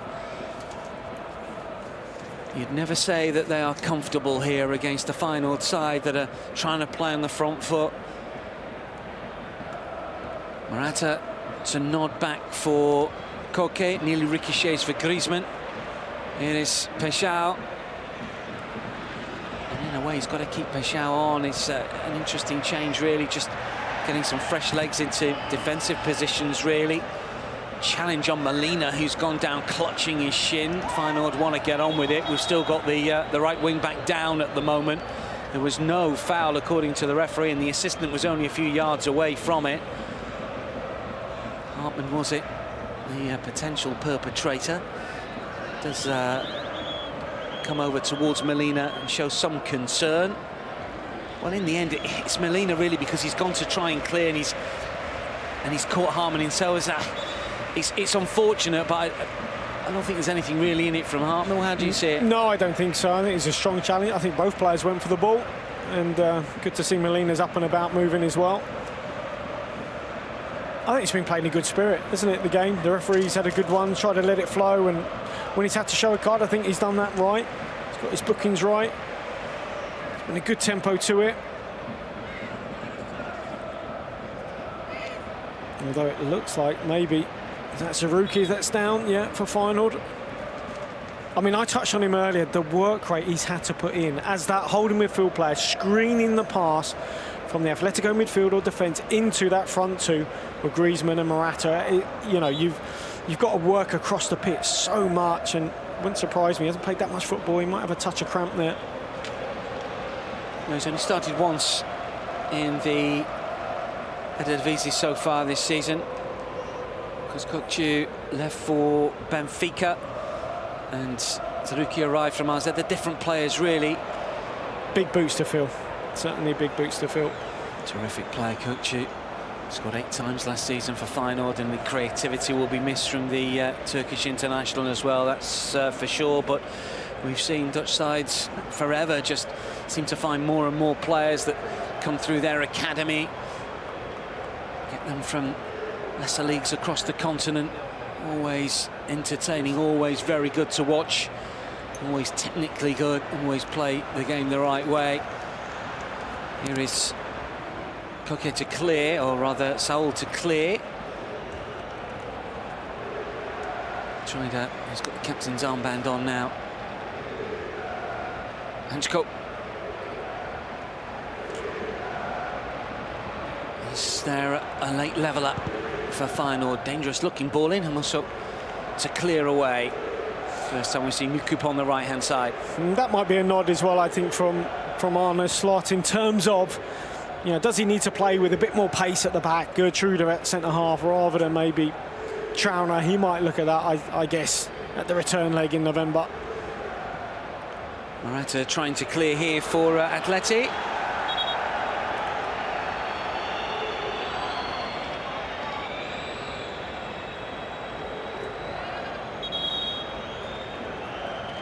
He's a top player, Gertrude. He can play in either position. I think he might look at, well, if Gertrude was centre-half, would he have allowed Morata in front of him a couple of seconds? I'm not so sure. And I think it wouldn't surprise me if that happens in the return leg. Zaruki is coming off. Adiriza Jahanbash is on. A lot of experience. Scored a really nice goal against Celtic on match day 1, and a double switch for Atleti as well here. We are going to see Angel Carrillo. He's been in really good form, as David pointed out earlier. And Rodrigo Riquelme is about to come on as well. Riquelme, just 23, had a loan spell at Bournemouth a few seasons ago. Molina, who took that whack to the shin a few moments ago, is coming off.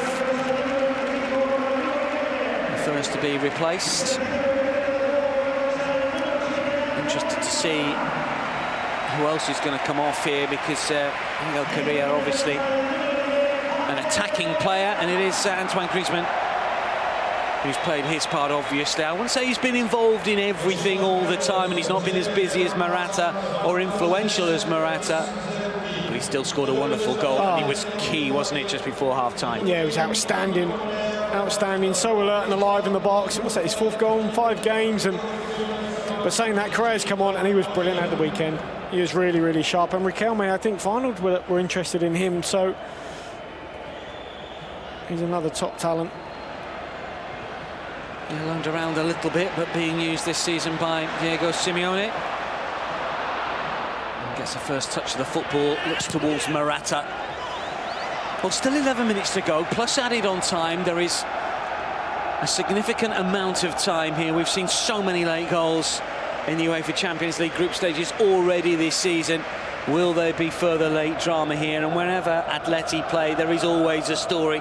There's always some great goals. There's always something that will happen late on. Never fail to deliver for the neutral. If you're an Atleti fan, you must go through the ringer an awful lot. Well, the first Champions League game here, of course, since that extraordinary fixture against Bayer Leverkusen, which they needed to win to keep their Champions League hopes alive. A Carrasco penalty miss after the whistle had gone. It was via VAR. After the game had finished, come back after all sorts of shenanigans to take it and couldn't find the net. Eventually finished bottom of the section. In comes the corner. Flecked up and then nodded back towards the edge of the penalty area. Feyenoord still looking for a way through. Schau unable to get there.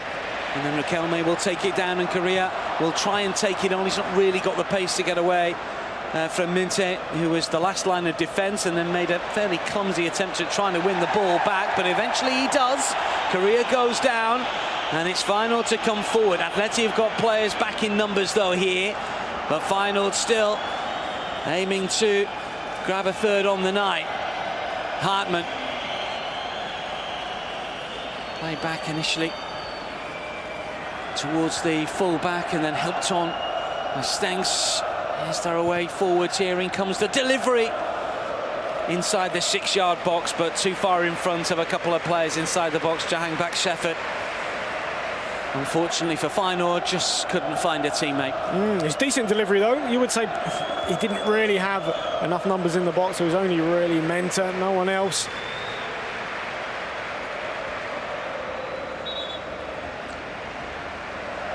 Spelaqueta to take the throw. His experience key in a situation like this. Much decorated wherever he's been, of course. He's in silverware, much of it at Chelsea. Premier League winner, FA Cup, League Cup, Champions League, Europa League, and a World Club Championship to boot. Also picked up some silverware in his time at Marseille. He would love to pick some up at Atleti. Here is Andre Linga, meanwhile, for Feyenoord. The ball goes out for a throw and no more.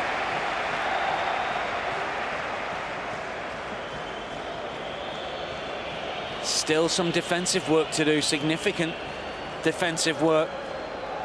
Atleti have been a little on the back foot in the last 10. Hanchko. Catroida. Stays to whip it in. Well, the idea was good, but the execution was a little off. And Hartmann nowhere near it from Stengs' attempted pass. Yeah, disappointing from him, but I think certainly he's been Feyenoord's main man tonight. Here's Minter with that run, just putting Witsel under pressure, coming back to this chance, which was a superb save from Oblak with his feet. Got down so well and spread himself. Jan Oblak.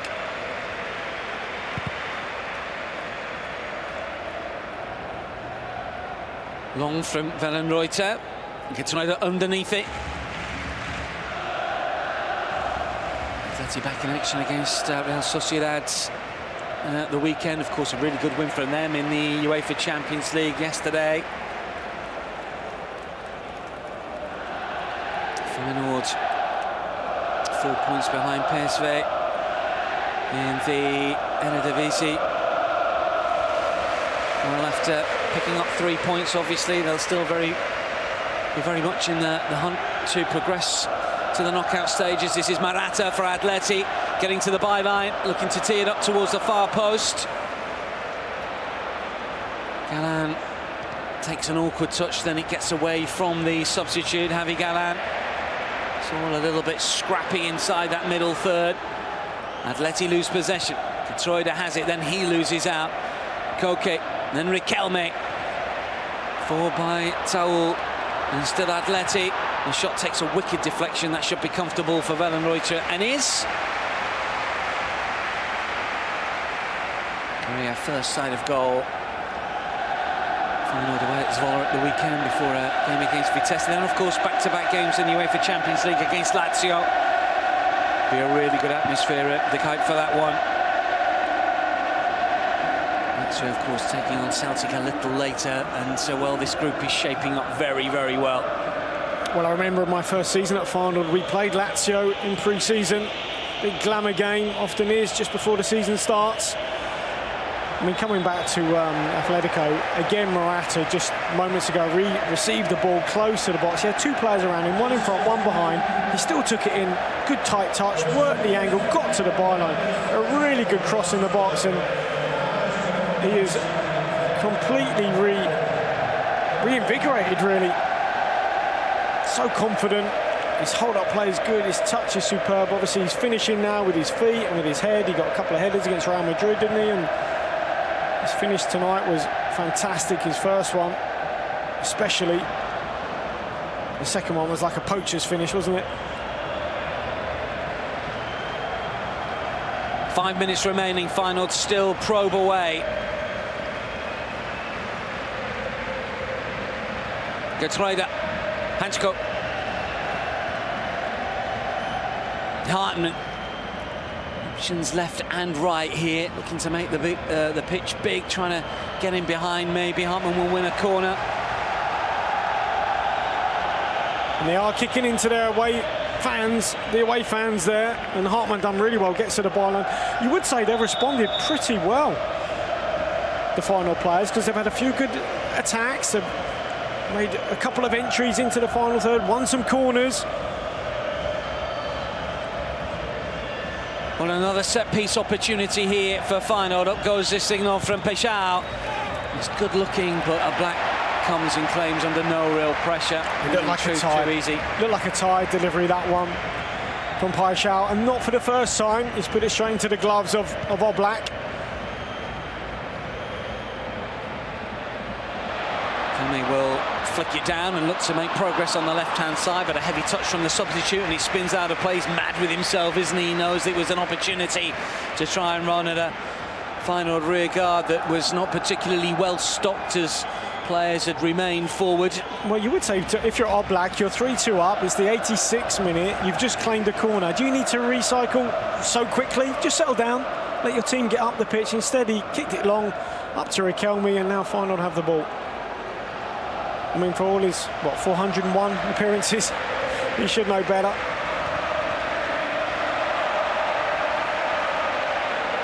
Final throw, 3 minutes remaining. Stengs with the ball at his feet.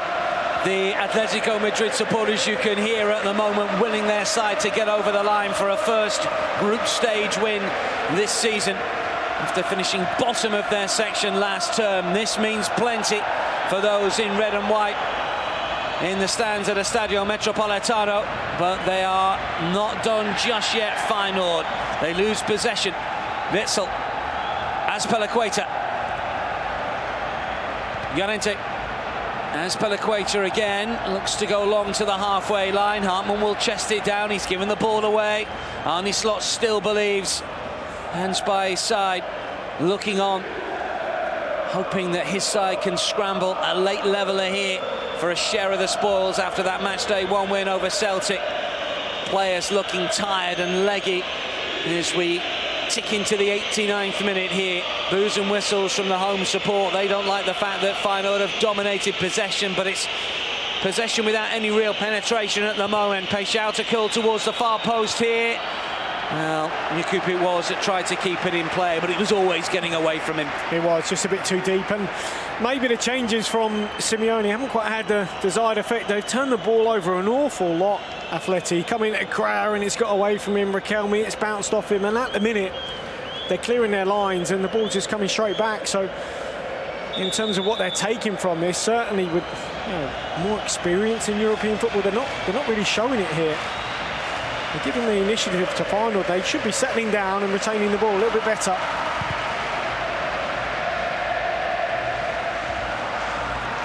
Peixão. They're giving the ball away again. There's Morata, just passed it off the pitch. Certainly not the ending they would have hoped for here. Atleti.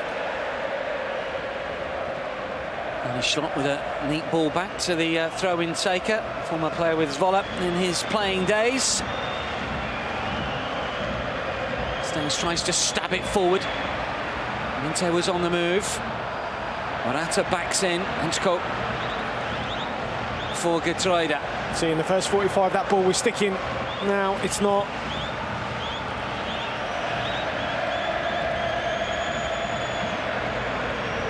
Geertruida, central position. 30 yards or so from goal. Hartman to work kick for Peixão on the left-hand side.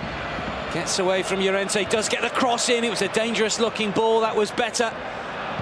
Thumped away by Atleti. And Kuki to the halfway line.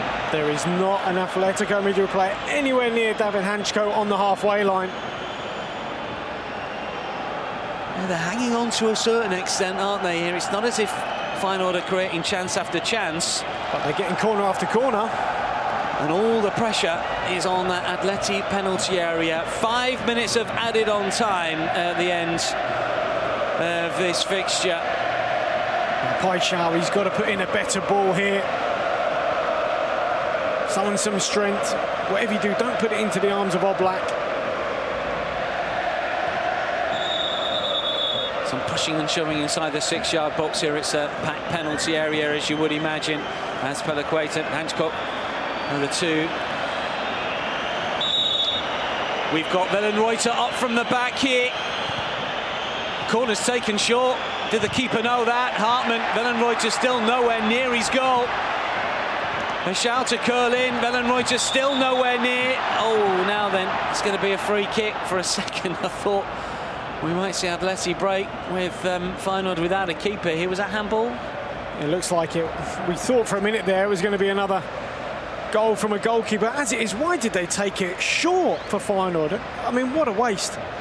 We are in the 7th minute of added time in Belgium, where it's Antwerp 2, Shakhtar 3. Toby Alderweireld is stepping up to take a penalty, the Royal Antwerp captain. What a moment this might be for them. Alderweireld waiting to go right-footed and take this penalty, which is dragged wide. Royal Antwerp, what a moment.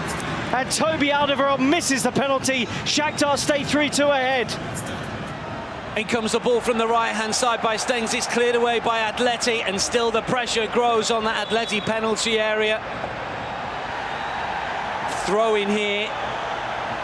An opportunity to launch this one inside the penalty area from the right-hand side. Wellenreuter's up again for the 3rd time now. The goalkeeper. Still got 3 minutes of added on time, and it comes towards the keeper, who's ended up on the deck. Feyenoord recycle.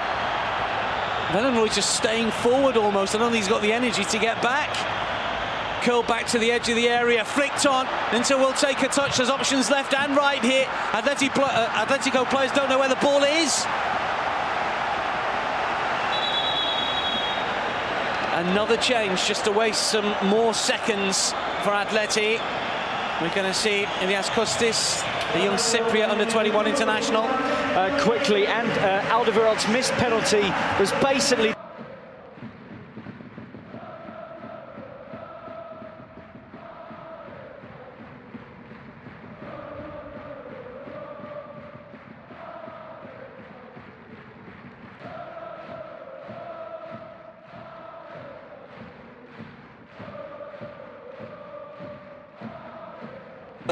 What can Feyenoord find in the final 2 minutes here? Kostis for Morata, just to waste some time, you suspect, here for Diego Simeone. It will be a throw eventually. Long towards Wellenreuter. What's the referee seen here? It's going to be a free kick, is it? Is it a foul throw? A foul throw, yeah. By the looks of it. And what I was going to say is what a superb substitution from Diego Simeone. Not to waste time, but just to disrupt the flow. Because Feyenoord there were in the ascendancy, they were gathering momentum, and that change just stopped it completely in its tracks. I mean, maybe they would have taken that throw a little bit quicker. As it was, that delay, and by the time they do, they make a foul throw. Superb from the coach there, Simeone. We're just about to head into the final minute of the added-on 5. Atletico Madrid supporters in celebration mode. And after all their troubles in the UEFA Champions League last season, it's going to be a bright start and 4 points from their first 2 matches. But at this stage, on match day 1, they thought they'd won and they failed. Will we see anything similarly late here from Feyenoord, who have a throw with 30 seconds remaining of the fixture, but deep inside their own half?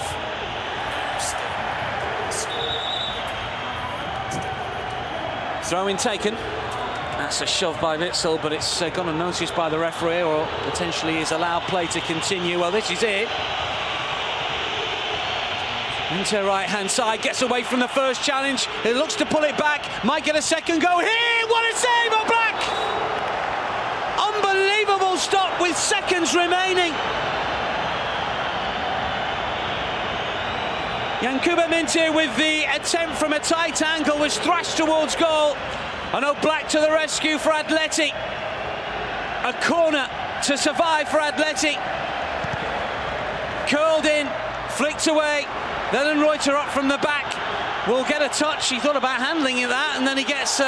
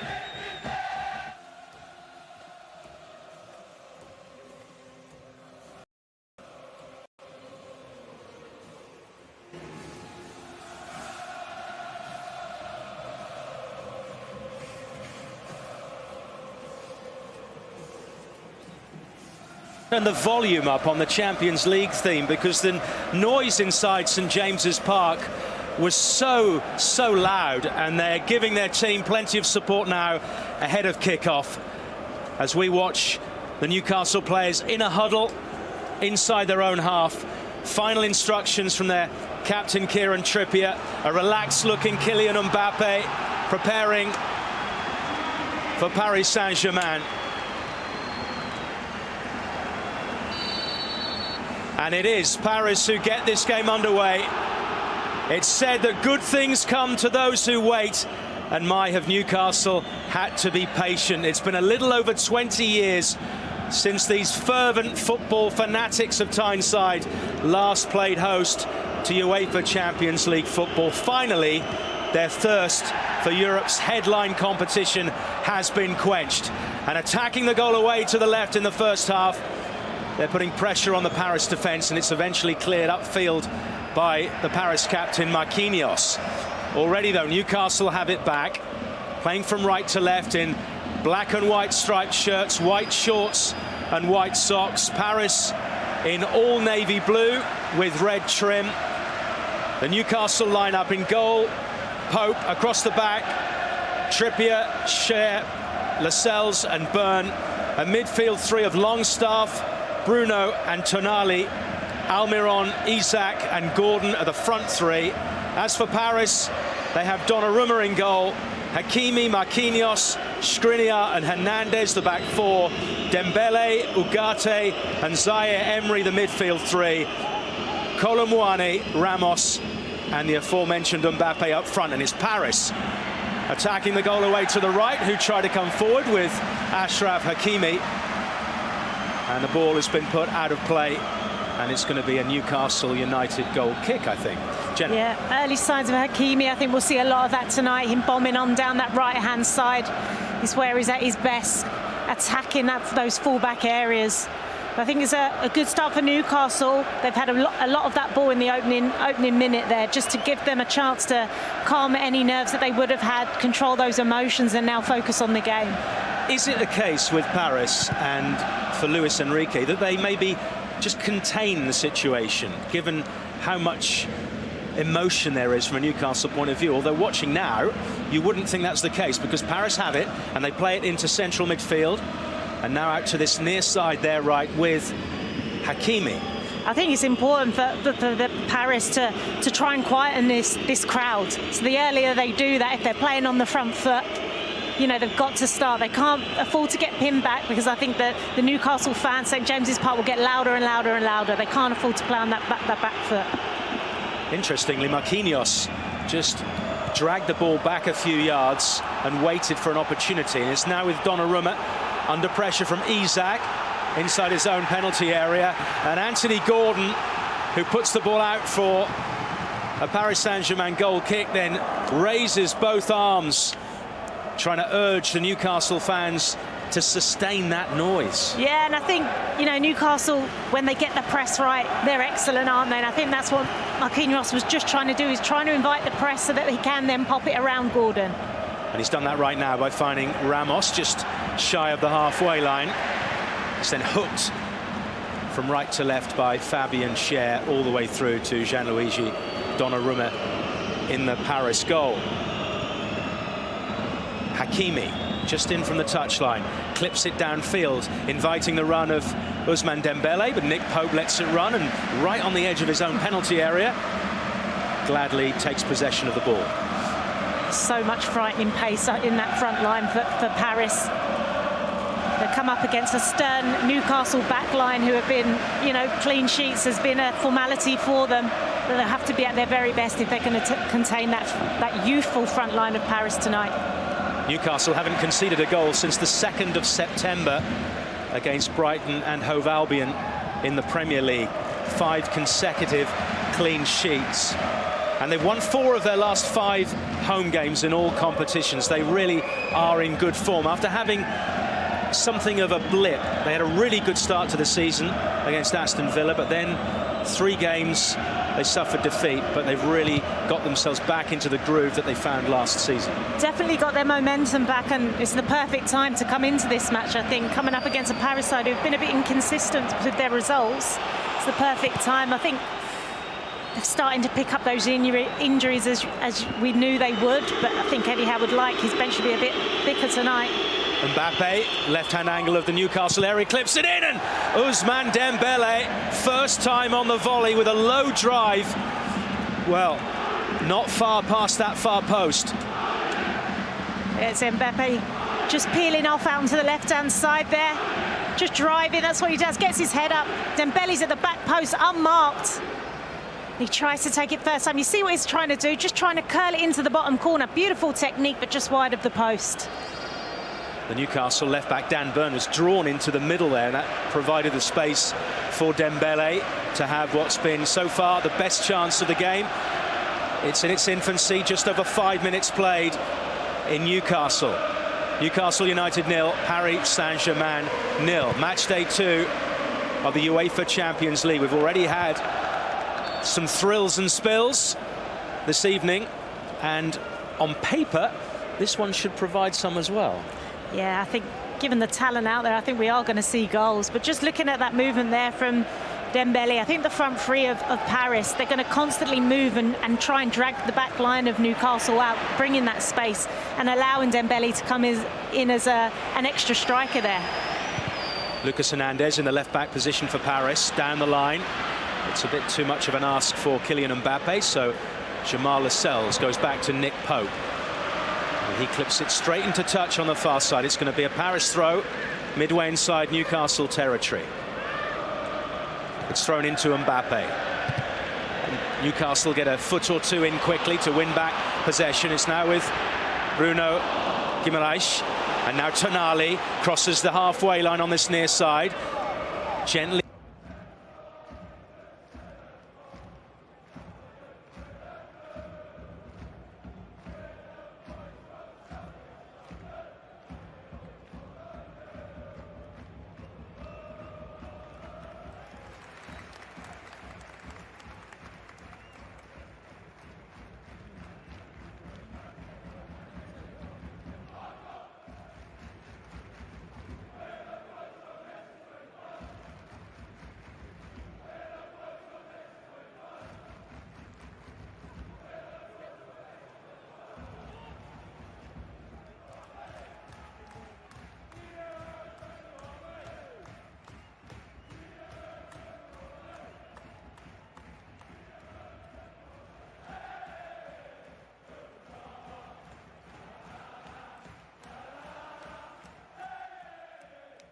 And now it's pouring with rain at St James's Park. Thanks, Mike. Let's go to the dugout and catch up with Richard Connolly. 8.5 minutes gone. Porto 0, Barcelona 0. I mentioned the wonderful atmosphere pre-kickoff. How about this for taking the sting out of it? Barca took the kickoff and kept the ball for the first 2 minutes. Porto did not have a single touch. First man to lose it was Oriol Romeo of Barcelona. First start in the Champions League for him since December 2012 for Chelsea back in the day, almost 11 years ago. His teammate Lamine Yamal, who's 16, was only 5 back then. We've seen a couple of touches for João Felix. He's been booed by the home fans. He was a Porto player as a boy, but better known, of course, in the colours of Benfica since. 9 minutes gone. Porto 0, Barcelona 0. Thanks, Richard. Elsewhere, Zvezda 0, Young Boys 0, Celtic 0, Lazio 0, RB Leipzig 0, Manchester City 0, and Dortmund 0, Milan 0. Newcastle clear from inside their own half on the far side of the field. That's their right. Into touch by Lascelles, who made his first league start for 19 months at the weekend against Burnley. And he pointed out that Newcastle have a squad that are ready at any moment, whether they played regularly or not. Yeah, I think that's exactly what you need when you're trying to compete on domestically and in Europe. You need those players that can come into the 11 at any time, and your standards not dip on the pitch. And as the games can come thick and fast, they need that depth on the bench. I think, you know, they've got the injuries now. It's not ideal, but they're going to have to come together, and they've got the quality for sure. Slow build-up here from Paris inside their own half, up towards the halfway line. It's then released quickly by Ramos, but cut out by a Newcastle defender, and it's gone out on this near side. It is coming down very heavily, the rain, in the northeast of England. So the conditions may become more slippy as the game goes on. Tonali nips in and wins possession. We're midway inside the Paris half on this near side. Now it goes central. Isak looking like he was going to try a shot from around 25 metres out. Instead, it's out to this left side on the angle of the area. Back out to this near side where Tonali tries to feed it to Dan Burn on the underlap. And now it's all the way back to the halfway line where Newcastle will build again. 10 minutes played, no goals between Newcastle United and Paris Saint-Germain as Kylian Mbappe drags the ball out of play. Crowd liked that one, didn't they? No, it was good build-up, good patient build-up from Newcastle there. They didn't force it, they're just keeping possession. They're not panicking when they've got the ball, which is good, which is what they're going to need. That kind of mindset throughout the game, just to keep it, wait for the spaces to open. We see now Newcastle are in possession. There's a lot of PSG bodies, Paris bodies behind them, making it really difficult to play through them, so they're having to use those wide areas. Hakimi's going to take the throw-in inside his own half, and it goes short to Dembele, and he exchanges passes with Ousmane Dembele, and it's all the way back to Marquinhos under pressure from Isak up towards the halfway line, and eventually Longstaff heads it to Cher, and he's going to turn and come back down this near side just short of the halfway line. Guimaraes looks up, steers it to the far side, the Newcastle right, infield quickly to Almiron. Now Guimaraes again with a long ball forward. Isak putting pressure on Skriniar, gets the better of him. Isak from an acute angle, but the referee, who tonight is Istvan Kovacs, has blown his whistle for a push by Isak on Skriniar. Yeah, exactly. I thought Skriniar just got his body positioning all wrong there, but there was a push. Just lost his foot in Skriniar there, just a little alarm bell there, especially with these weather conditions. Got to get your body positioning right. You can't be naive in your defending. Especially when you've got Newcastle's top scorer in your presence. 5 goals so far this season for Alexander Isak. He's never scored in the Champions League, even when he was at Borussia Dortmund, although his appearances were rather limited. Now, Paris breaking away quickly here, down centre field with Mbappe. Out to this near side. They're midway inside the Newcastle half. Hakimi steps in field. He's got Dembele for support to his left, and Mbappe, who's getting booed by the Newcastle fans, has come out to this near side. Paris retain possession. It's very patient, it's very deliberate. Hernandez, now we're on the left, far side as we look, and it's been given away by Paris. Guimaraes up to the halfway line. Isak prods it forward to Gordon. Newcastle now attacking down the left here, up towards the edge of the area.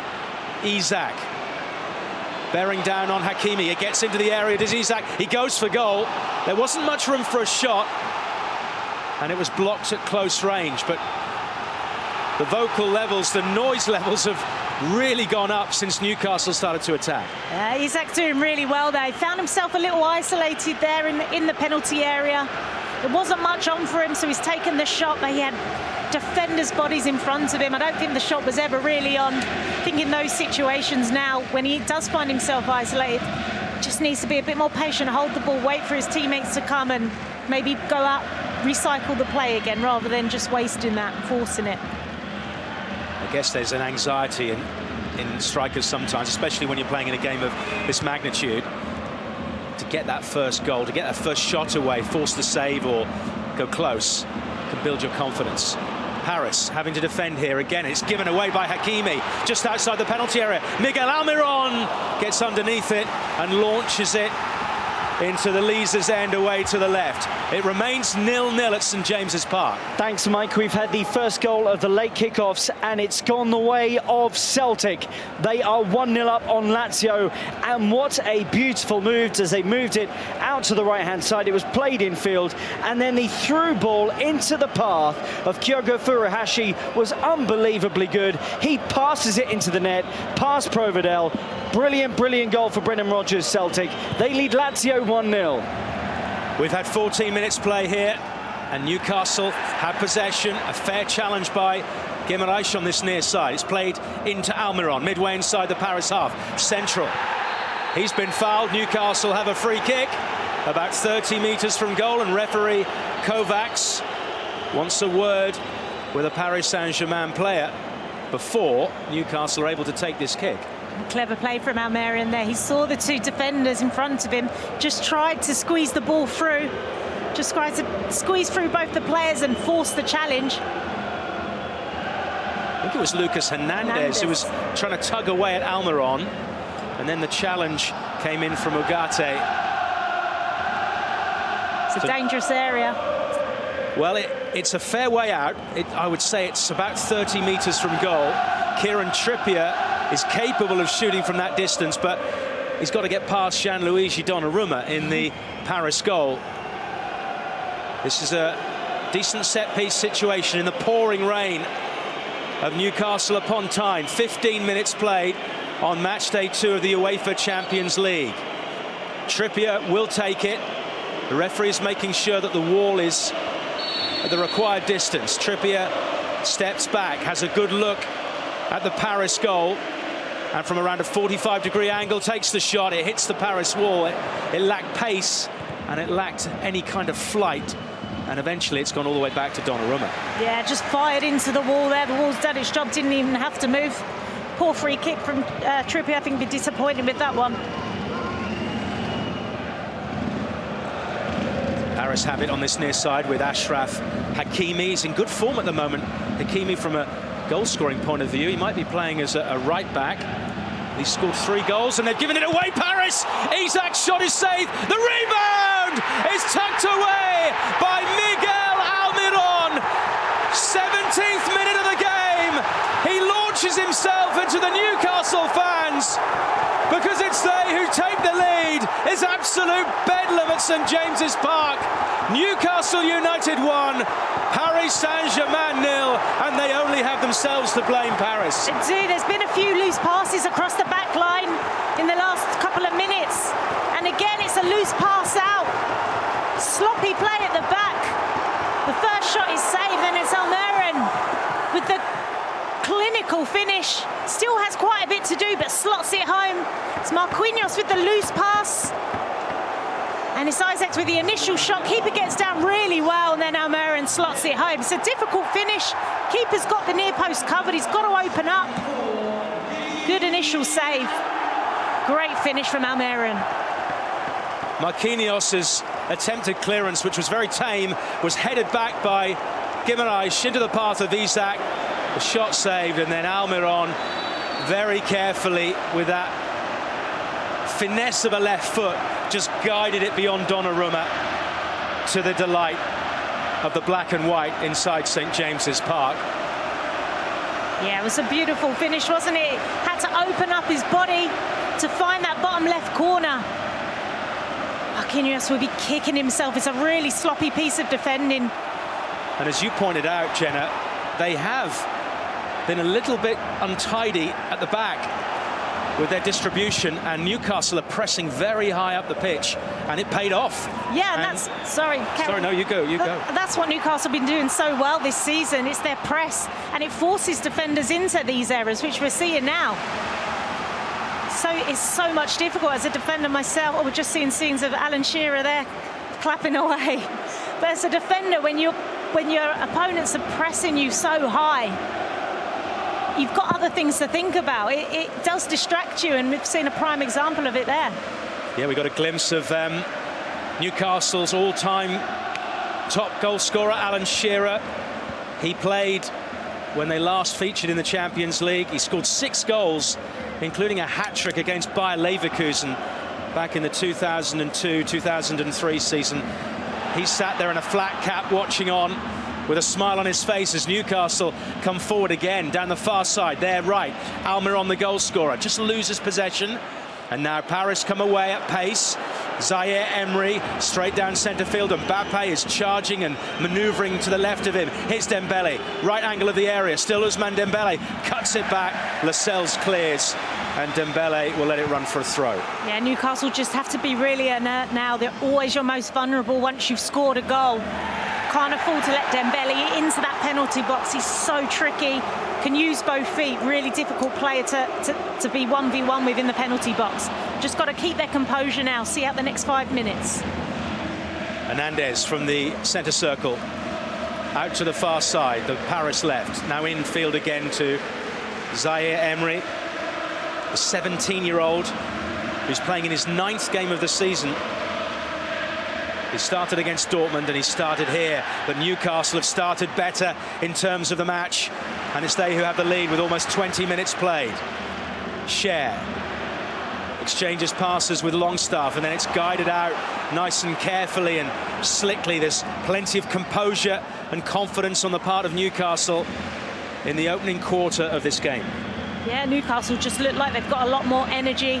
They're first to everything. When they're attacking attacking with intent. They're winning balls back. If they're not winning the first ball, they're winning the second. Paris just look like they're lacking a little bit of composure and intensity in their play. Hernandez down the line on the far side to Kolo Muani, and now it's Mbappe. Has to come a little deep to see what options there are, and he strikes it to the near side. Dembele, the outlet. He has been on several occasions so far, but the long legs of Dan Burn slide in and launch that ball away. A big cheer to the crowd right in front of him from Burn. They're in this together, aren't they, the fans and the team? They are. They're all in it together. You can see how much it means, every kick, every tackle. I'm all for defenders celebrating. Especially a sliding tackle. Paris have it with Marquinhos, whose mistake led to the goal. Hakimi. Forward it goes. Gets the return ball. This is nice little interplay. Hakimi finds himself inside the Newcastle half and heading towards the left. Mbappe, 25 metres out to the left-hand angle. Kolo Muani lays the ball in, but straight to the feet of Fabian Cher, who clears the ball away. Yeah, wrong execution of the pass. Just played it straight into the Newcastle defender. Mbappe have made his run forward. Just a bit of not on the same page there. Zaire Emery with bright red boots back to Milan Skriniar, the Slovakia international. Was actually a unused substitute in last season's final for Inter. Didn't get on the field to play in the game, but he got a loser's medal. And here come Paris. Zaire Emery's shot. Ooh, goodness me, that didn't lack any power. I don't know how far wide it was, but it did trouble Nick Pope in the Newcastle goal. Thanks, Mike. OK, let's go to the Dragao and catch up with Richard Connolly, who's watching Porto, Barcelona tonight. Porto 0, Barcelona 0, Rob. But after that calm start, assured start by Barcelona, it's Porto who have taken control of this game. One instant on the 18th minute, 2 passes. Varela to Galeno, Galeno to Eustaquio. They went right the way through the Barcelona team, and Ter Stegen had to make a save. Short time ago, Taremi was pulled back in the penalty area by Jules Koundé of Barcelona, but the referee adjudged it wasn't enough for a penalty. Short time ago moment for Barcelona. Joao Felix with a drive from the edge of the box, tipped over by Diogo Costa. So it's heating up at the Dragao, but it remains Porto 0, Barcelona 0. Thanks, Richard. Elsewhere, Dortmund 0, Milan 0 in the same group as Newcastle and Paris Saint-Germain. In the east of Germany, it's still Leipzig 0, Manchester City 0. Celtic leading Lazio thanks to Furuhashi's wonderful goal. Brilliant team move from Celtic. 1 up on Lazio, and it is Younes Talks 0. Young Boys 0 in Belgrade. To get in touch with us, hashtag Matchday Live, midway point of the first half in our game at St James's Park, Mike. Where Newcastle lead for a Miguel Almiron goal, but Paris are trying to restore parity, not with a great deal of success, because Newcastle are now breaking away down the far side with the goal scorer. Isak makes a dart to the edge of the area. Far side as we look, away to the left. Longstaff picks it up. He's going to have to try and restart it. Newcastle just losing the momentum. Better though from Newcastle. They've got numbers up this time with this counter-attack. Got 4 players up. Players aren't isolated, so when they're winning the ball, they now are driving with intent and in that counter press. And they've forced a corner. Marquinhos putting it out of play behind his own goal. And Newcastle will have this corner kick in the pouring rain at St James's Park. A 17th minute goal by the Paraguay international, Miguel Almiron, but it's going to be Kieran Trippier, another player to have played in a Champions League final, who will take the corner from the Newcastle right. That's the far side, away to the left as we look. Lascelles, one of the tallest players on the team, comes up and joins Dan Burn, bunched up by the penalty spot. It's driven in low. It's a shot from Cher, and it's just wide. A really well-worked corner by Newcastle. The expectation was that maybe Burn or Lascelles would be the targets, but in actual fact, they were the ones that shielded Cher, who broke away from the group and steered his shot wide. Yeah, really great movement from Cher. Just peeled away from the pack in the 6-yard box, just pulled himself away. He was on his own, and he's just taken it first time. It's just wide, but great. It's a great set piece, one straight from the training ground, I'd say. 2 shots on target already for Newcastle, one of them successful. Paris have it. Centre field, or Mbappe has got space in front of him. He runs into the Newcastle half. Forward down this near side for Dembele at the angle of the area. He cuts it back. I'm not sure where it's going. It's going to be picked up by Zaire Emery. And now it's played to the left. 30 metres out. Ramos goes for goal. It's deflected. It's going to be a Paris corner, is it? Just watching it back now. Ramos gone from the shot long distance. Yeah, it's taken a deflection of the defender's knee. I think Pope would have had it covered had it gone through.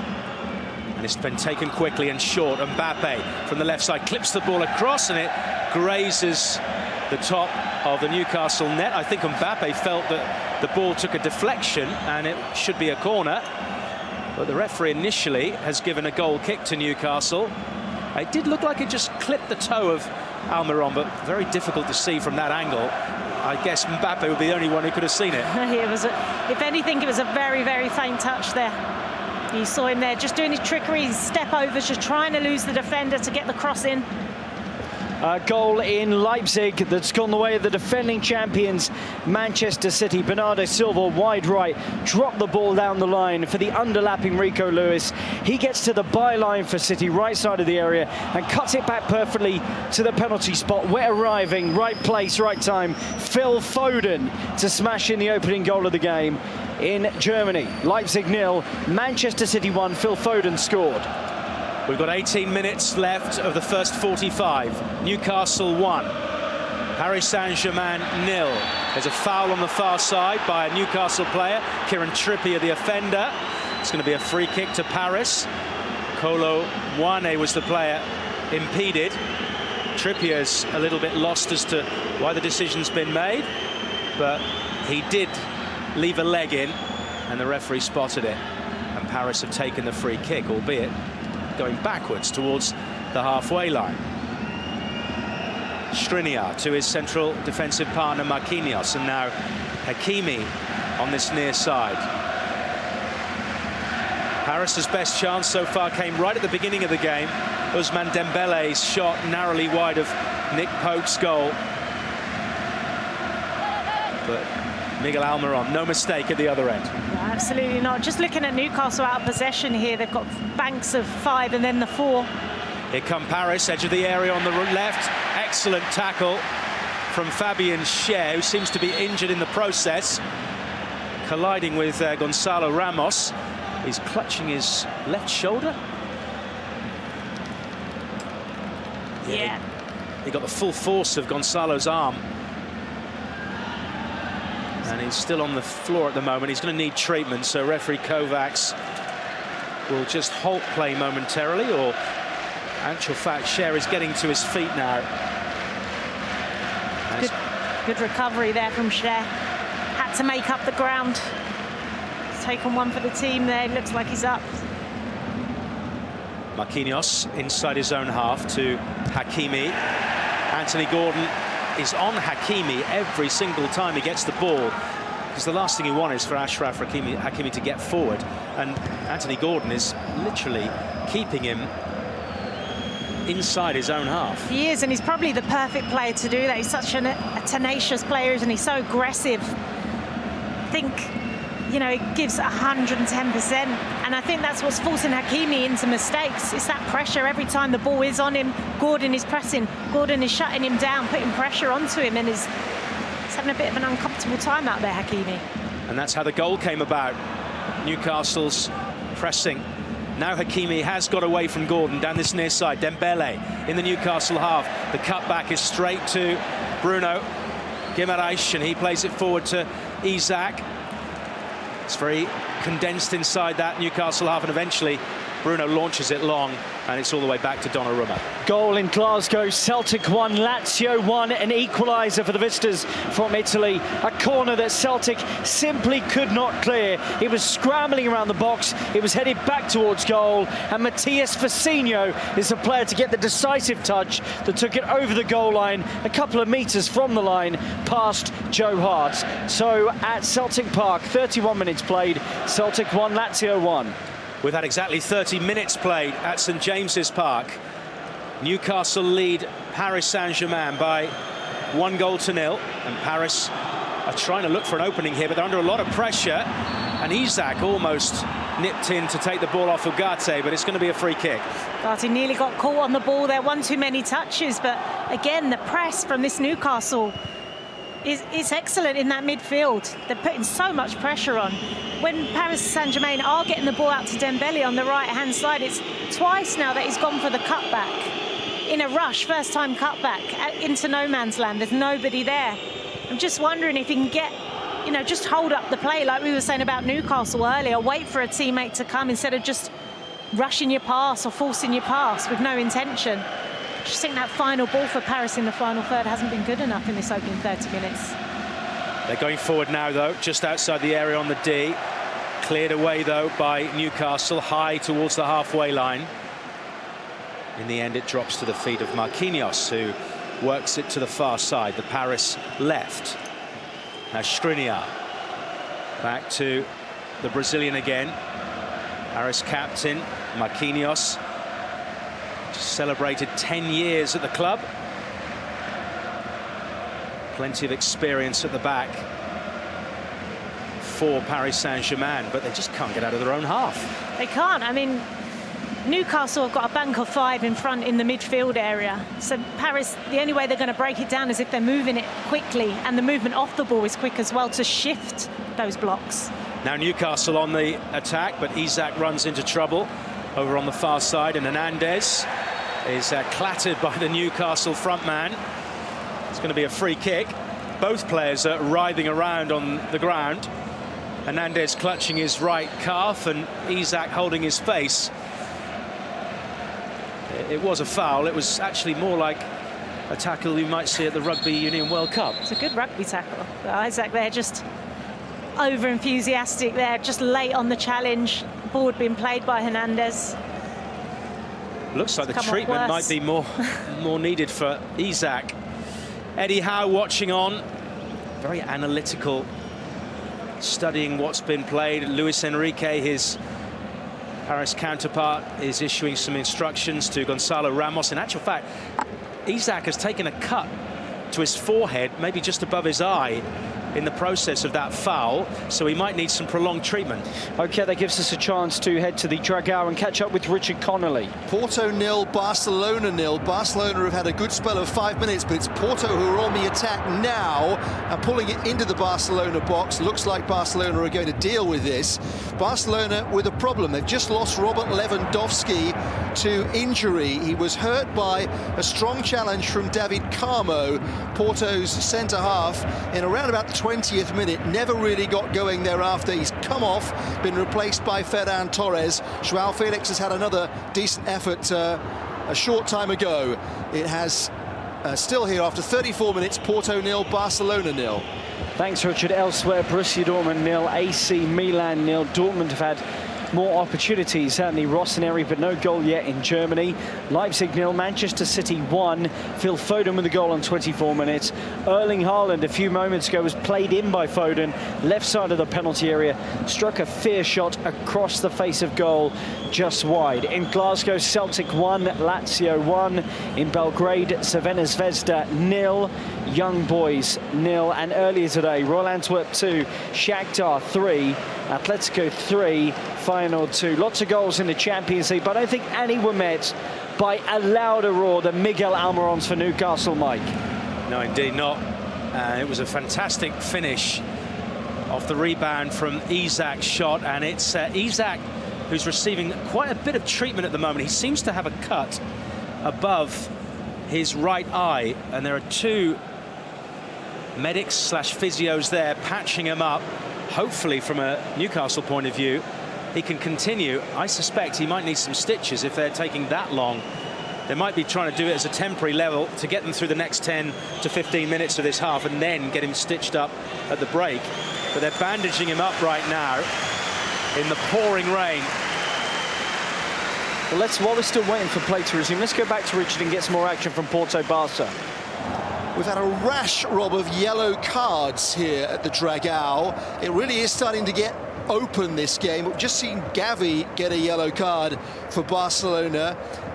Araujo got one a short time ago. Cardoso's got one for Porto. Xavi has got one, the head coach of Barcelona, on the occasion of his 100th match in charge, for showing an imaginary yellow card in the technical area. But it really is livening up. We've seen João Felix a couple of times now driving right at the heart of the Porto defence. Defenders swarm towards him, which of course can leave space for others. It hasn't quite worked out. Lewandowski has ice on the shin. He certainly took a blow in that challenge from David Carmo, and he will sit the rest of this one out. It's Ferran Torres who is playing now down the middle for Barcelona. 0-0. Thanks, Richard. And there's been a goal in Belgrade as well moments ago. Craigo28 Football lead Young Boys by 1-0. More on that in a moment. Mike. Newcastle coming forward. Isak's off the field at the moment. Gordon out to the far side, but he's steered it straight to Lucas Hernandez. And now Newcastle, who are down to 10 men, will have to defend. Eventually they win a free kick, which gives them a chance to get Isak back on. He's been patched up. I think he went to change his shirt because he had a blood-stained shirt, and he now has a big bandage wrapped around his forehead, a bit like a towel headband you might see on an NBA court or on the centre court at Wimbledon. But Alexander Isak, to the delight of the Newcastle fans, is back on the field of play, and they have this free kick inside the Paris half, just inside the Paris half, which Kieran Trippier will take. The Paris line is very high up the pitch. They're a good 5 or 6 metres up from the penalty area, and they're trying to hold it tight. It's sent in by Trippier. Isak tries to bring it down. It falls to Byrne on this near side. Midway inside the Paris half, Byrne under pressure, manages to clip it down the line, but it just creeps out of play. Tonali unable to keep it in. Jenna. Yeah, good to see Isak's back on the pitch. I think he's been outstanding for Newcastle this opening 37 minutes. He's been their target player. He's been causing nothing but problems for the back line of Paris Saint-Germain. If I was this Newcastle team now, I'd continue just to pump the ball forward, get it into him, because he really is. The back line look a bit uncomfortable when the ball's in the air and Isak's putting pressure on them. It's going to be difficult for Newcastle to sustain the press for 90 minutes. Here they come forward, though. Oh, just outside the area. Hernandez has clipped Almiron from behind. It's going to be a yellow card for the Frenchman. And no complaints from him, but Almiron is now rolling around on the floor. He was running at real pace, direct towards the penalty area. Wasn't a huge amount of contact, but it knocked him off balance. Yeah, I think it was a little clip on his foot as Almiron had just ran past him. I think he had to make the challenge there because Almiron had got the better of him out on the right-hand side. So Hernandez goes into referee Kovac's notebook. Incidentally, Istvan Kovacs was the 4th official at last season's UEFA Champions League final. And Almiron is limping away from where he was fouled. Very quick one. Cherif Ndiaye is the player who scored for Craigo28 Football as they lead Young Boys by 1-0. Bakary, who scored against City on Matchday 1. Great work from him wide right. He whipped in a low cross, and Ndiaye was there to meet it. They checked for offside. He was on. The Serbian champions lead. Trippier's got a free kick. It's about 4 or 5 metres outside the penalty area on the far side, the Newcastle right. He sends it right into the heart of the penalty area. It's headed down by Lascelles. Claims for handball. Donnarumma goes up into the air and claws it away, and then Bruno Guimaraes' shot is saved at the near post, sent to the back post. Donnarumma saves it, but it looked like it may have crossed the line. Newcastle players say it's a goal. The referee is stopping play, and I suspect we're going to be having a closer look at that. Goodness me, what a melee. Prior to that, Bruno Guimaraes' shot was saved at the near post. Donnarumma had already clawed the ball away from the initial free kick. There were claims for handball, but when Bruno picked it up at the dead ball line, it was saved by Donnarumma, and then he clipped it back into the far post, and it was Dan Burn with the header. That crossed the line, surely? That was a powerful header. It looked to me like the keeper was actually behind his line and scooped the ball out, but Donnarumma there. Some fantastic saves. I think they're checking it. It was a ferocious header from the back post. Goal check. Istvan Kovacs in touch with his video assistant referee, Germany's Marco Fritz.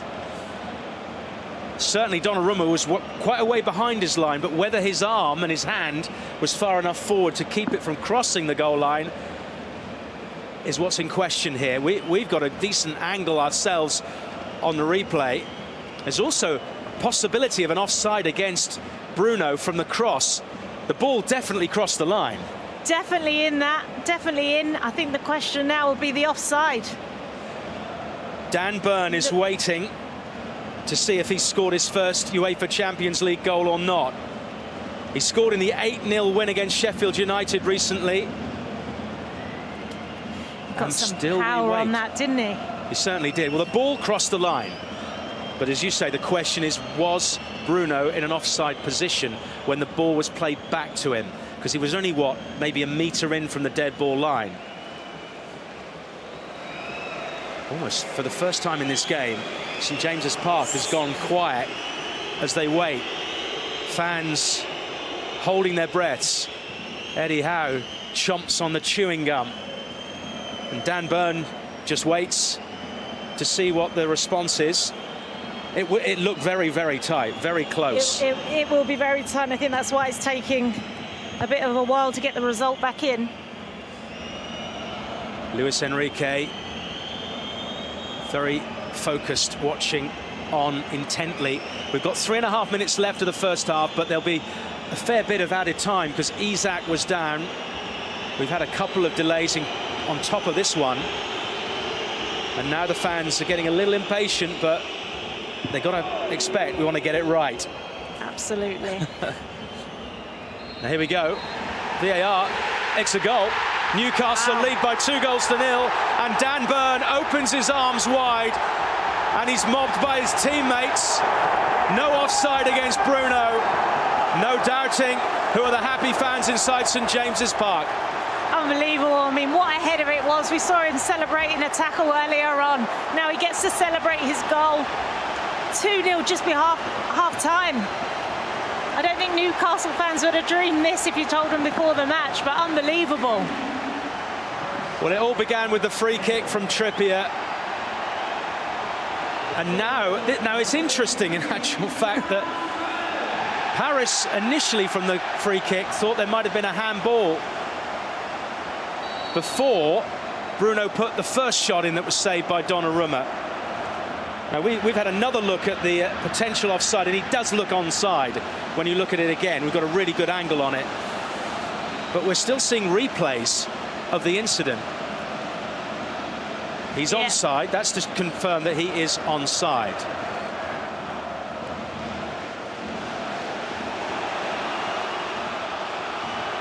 Newcastle lead by 2-0. Dan Burn's first UEFA Champions League goal just before half-time. And Anthony Gordon is at it again, lifting his arms, trying to get the fans' spirits, not that their spirits need to be up, really. I mean, they're pretty vocal as it is. What does he expect? They get any louder? It's like turning it up to 11. It's gone out for a throw-in on this near side to Newcastle. It's going to be taken by the scorer of the second goal. Give you a looking back at this first half. Paris Saint-Germain have had no real clear-cut chances on Nick Pope's goal at all. No, he's not been troubled himself, just that shot from Dembele that was wide, but he's not had to make a save. Now, Almiron down the right side. Trippier, has he kept it in? No, he hasn't. And it's out for a Paris goal kick. And we get a moment's respite. Yes, elsewhere, Younes Talks 1, Young Boys 0, Celtic 1, Lazio 1, Leipzig 0, Manchester City 1, Dortmund 0, Milan 0, and still goalless at the Dragao, Richard. Yes, but it's a terrifically interesting contest, this. We're into stoppage time at the end of the first half. There'll be 2 minutes of it. At one end, Porto with Taremi going at goal. Ter Stegen, a fairly comfortable save, in truth. At the other end, João Felix and Ferran Torres combining on the counter. Ferran really striking a hard shot, bounced back, I think, off the chest of Diogo Costa and away to safety for Porto. Not much in it between these two. Porto 0, Barcelona 0. Thank you very much, Richard. We're headed in towards first half added time at St James's Park, where Newcastle lead Paris 2-0. Mike Sewell. Around about 10 seconds of the 45, but I suspect we're going to have several minutes of added time for the injury to Isak and the delay for the video review that we've just seen. 7 minutes, in actual fact, is what's going to be added as a minimum. Paris might want to try and use those 7 minutes to get a goal back here and just change the complexion a little bit, take the steam out of Newcastle. They definitely need something, don't they? I think Newcastle won't want half-time to come. They look like they've even gone up a few gears. You can see the energy just coming from the players. They don't want this half to end. Dembele on the halfway line, gets away from Bruno. And now turning away, Ugarte plays it forward, down the right side, near side as we look. Hakimi cuts it in, gets it back. Foul on Zaire Emery on the angle of the penalty area by Sean Longstaff. And now Paris have a free kick in a not too dissimilar position to the one that led to Newcastle's second goal. Yeah, Longstaff's just got there a bit too late, clipped the boot. It's actually Gonzalo Ramos who was fouled. I beg your pardon. Luis Enrique's cutting a very animated figure in the dugout with his assistants. He's going to have a lot to talk about at half-time, which is 6 or so minutes away. Paris, though, have a free kick deep inside the Newcastle half. This might be their chance to finally trouble Nick Pope in the Newcastle goal and get back into this game. It's about 5 metres out on the right-hand angle of the penalty area. That's the near side as we look. Referee wants Gordon to be back the required distance, and now Dembele will clip it in. It's deep to the far post, and Pope launches himself and punches it clear. Really strong hand there from Pope. He had to get there. There was a player running towards the back post who was free. There's been a goal at the Dragao. This happened moments ago. Richard Connolly on commentary. Oh, given away by Romario Barro. Gundogan threads a pass through the centre. It's Ferran for Barcelona! And there's the opening goal! A minute into stoppage time at the end of the first half. Porto had it. They lost it. And Barcelona were good enough to punish them. And it is half-time there now at the Dragao as well. A blow for Porto just before the break. Half-time in Leipzig, where it's Leipzig 0, City 1. Goalless Dortmund Milan at the break in Germany. Half-time in Glasgow, Celtic 1, Lazio 1. Still playing added minutes in Belgrade. Younes Talks 1, Young Boys 0. 4 minutes left of added time at the end of the first half here in Newcastle as they come forward. 2-0 in front. Foul on Gordon by Hakimi. Still, the rain is coming down incessantly, but it's not affecting Newcastle's play one little bit. No, absolutely not. And the energy levels, phenomenal. Even here now into added time, the bodies they're throwing forward to try and get that third, to cause more problems. Gordon just chopping inside, causing Hakimi another problem, forced another foul. Trippier's going to take the free kick. He sends it to the far side of the penalty area, way to the left. Lascelles brings it down.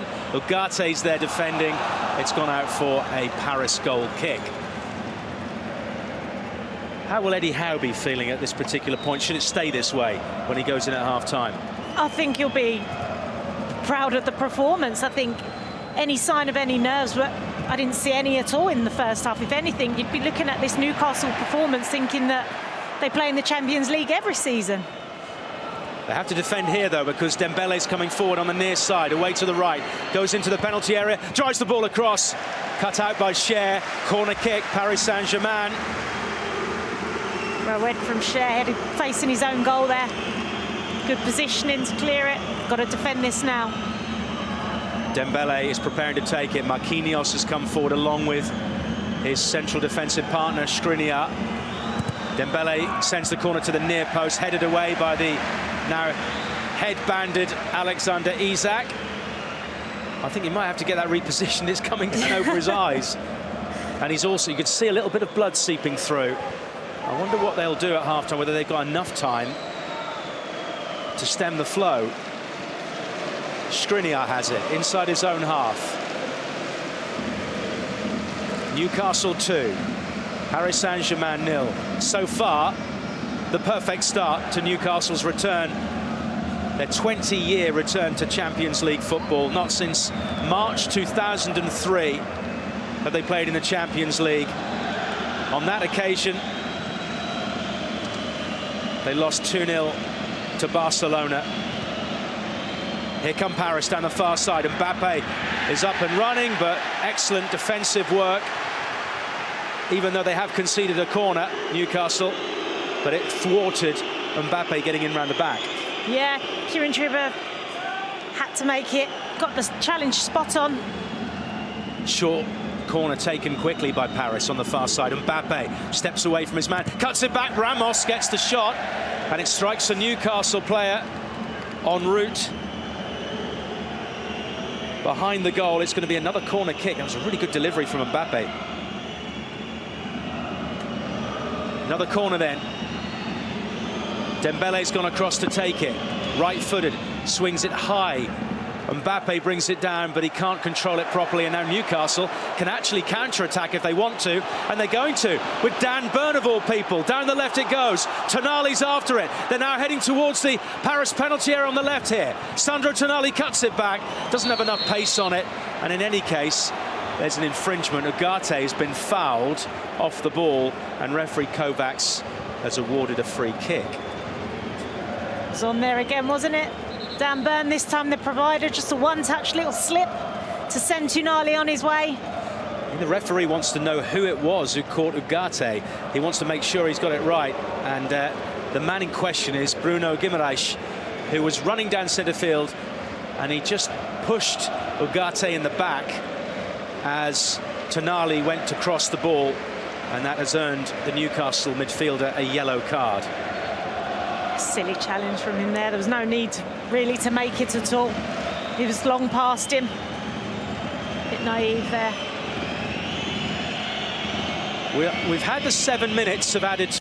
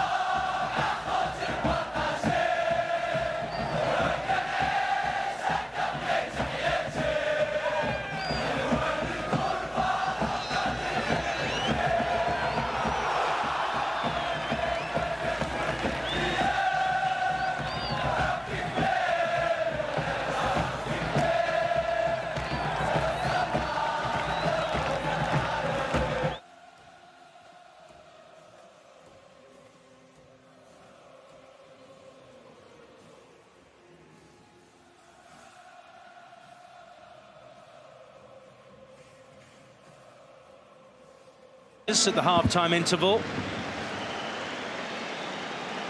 as referee Istvan Kovacs prepares to get the second half underway. And it's Newcastle in black and white striped shirts, white shorts and white socks, who play from left to right in this second half. Paris in predominantly navy blue with a red trim down their shirt will attack the goal away to the left.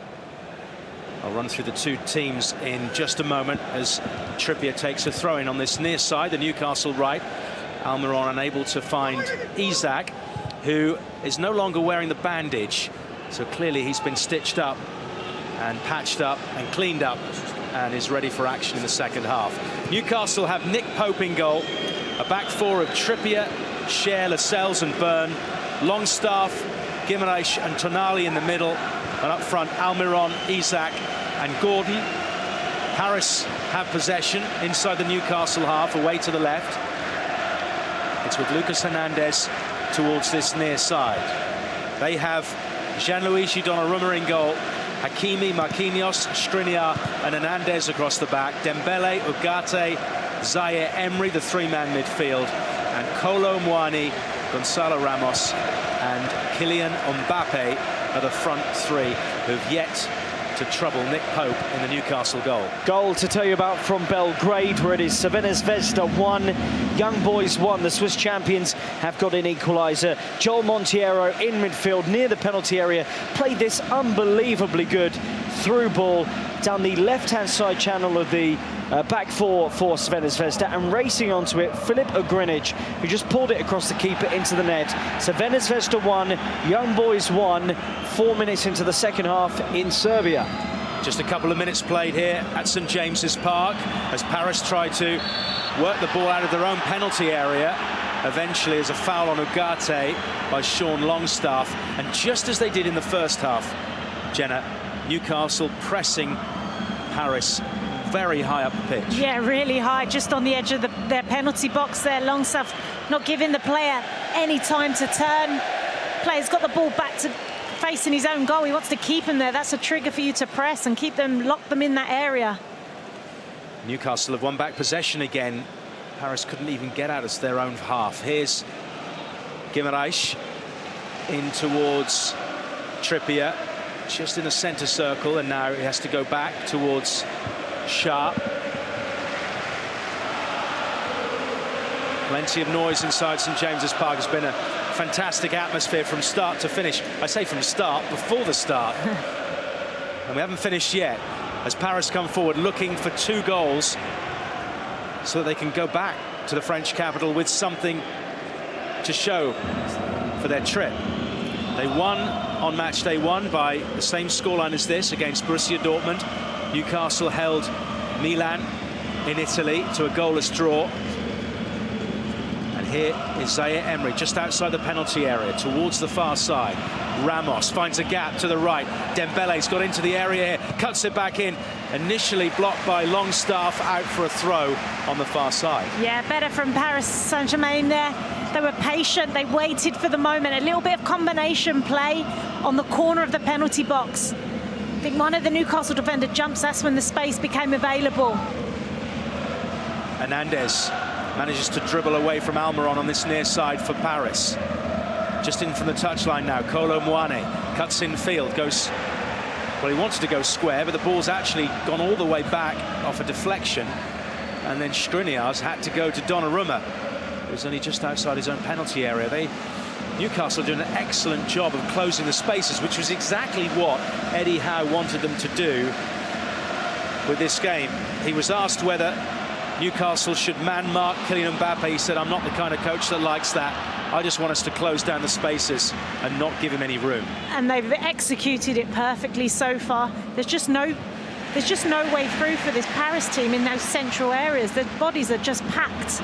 The zone. Each player knows their task tonight, and at the moment, every single one of them have got it spot on. But it only takes one lapse in concentration, someone not to be alert to the ball moving or loses their space, and this Paris team can punish, so it's important that they all maintain that concentration, and that is mentally tiring. Here's Longstaff in the area. Oh, he scored! Donnarumma hasn't been able to keep it out. The strength of the shot was not able to be parried away by the Paris goalkeeper. And Newcastle United, as the clock ticks round to 50 minutes, lead Paris Saint-Germain by 3 goals to 0. This is not a dream, this is reality. Unbelievable, absolutely unbelievable. It was an underrun from Longstaff, and the power again in the shot. It was a low drive underneath Donnarumma. Couldn't get anything on it, and it's 3-0. Should he have saved? Should he have kept it out? He got a hand to it. I think he would have. I think he'll be disappointed, yeah. But just seeing here, comes out to Trippier. It's a beautiful pass. He splits the defenders. Yeah, he'll be disappointed. It's a tight angle. He has the front post covered. He should be doing better. Gets maybe his little finger to it, a palm of his hand. Should be doing better, but I think ultimately it's the power of the shot that gets it past Donnarumma. Eddie Howe exploded in elation, as did the majority of the 52,000 fans inside St James's Park. Well, they've been waiting for this night for 20 years. They've been dreaming about it for 20 years. And it's the perfect return to the UEFA Champions League so far. But as we know, there's a long way to go in football, and we have a good 40 minutes or so. And Paris also have one of the best players in the world, arguably the best player in the world. Yeah, the job's not done yet at all. It's a little bit more comfortable, but you can't sit back, you can't switch off. Because there's still a whole world of talent in this Paris team that can punish you. What does Luis Enrique do now? He didn't make any changes at the break. Is he going to be forced into making changes now? I mean, he's not awash with players that necessarily can change a game. Maybe a Vitinha or a Soler. Other than that, though, he doesn't really have any experience to manipulate what's happening. No, I mean, there's quite a young team out there at the moment. He's gone with youth in this transitional season.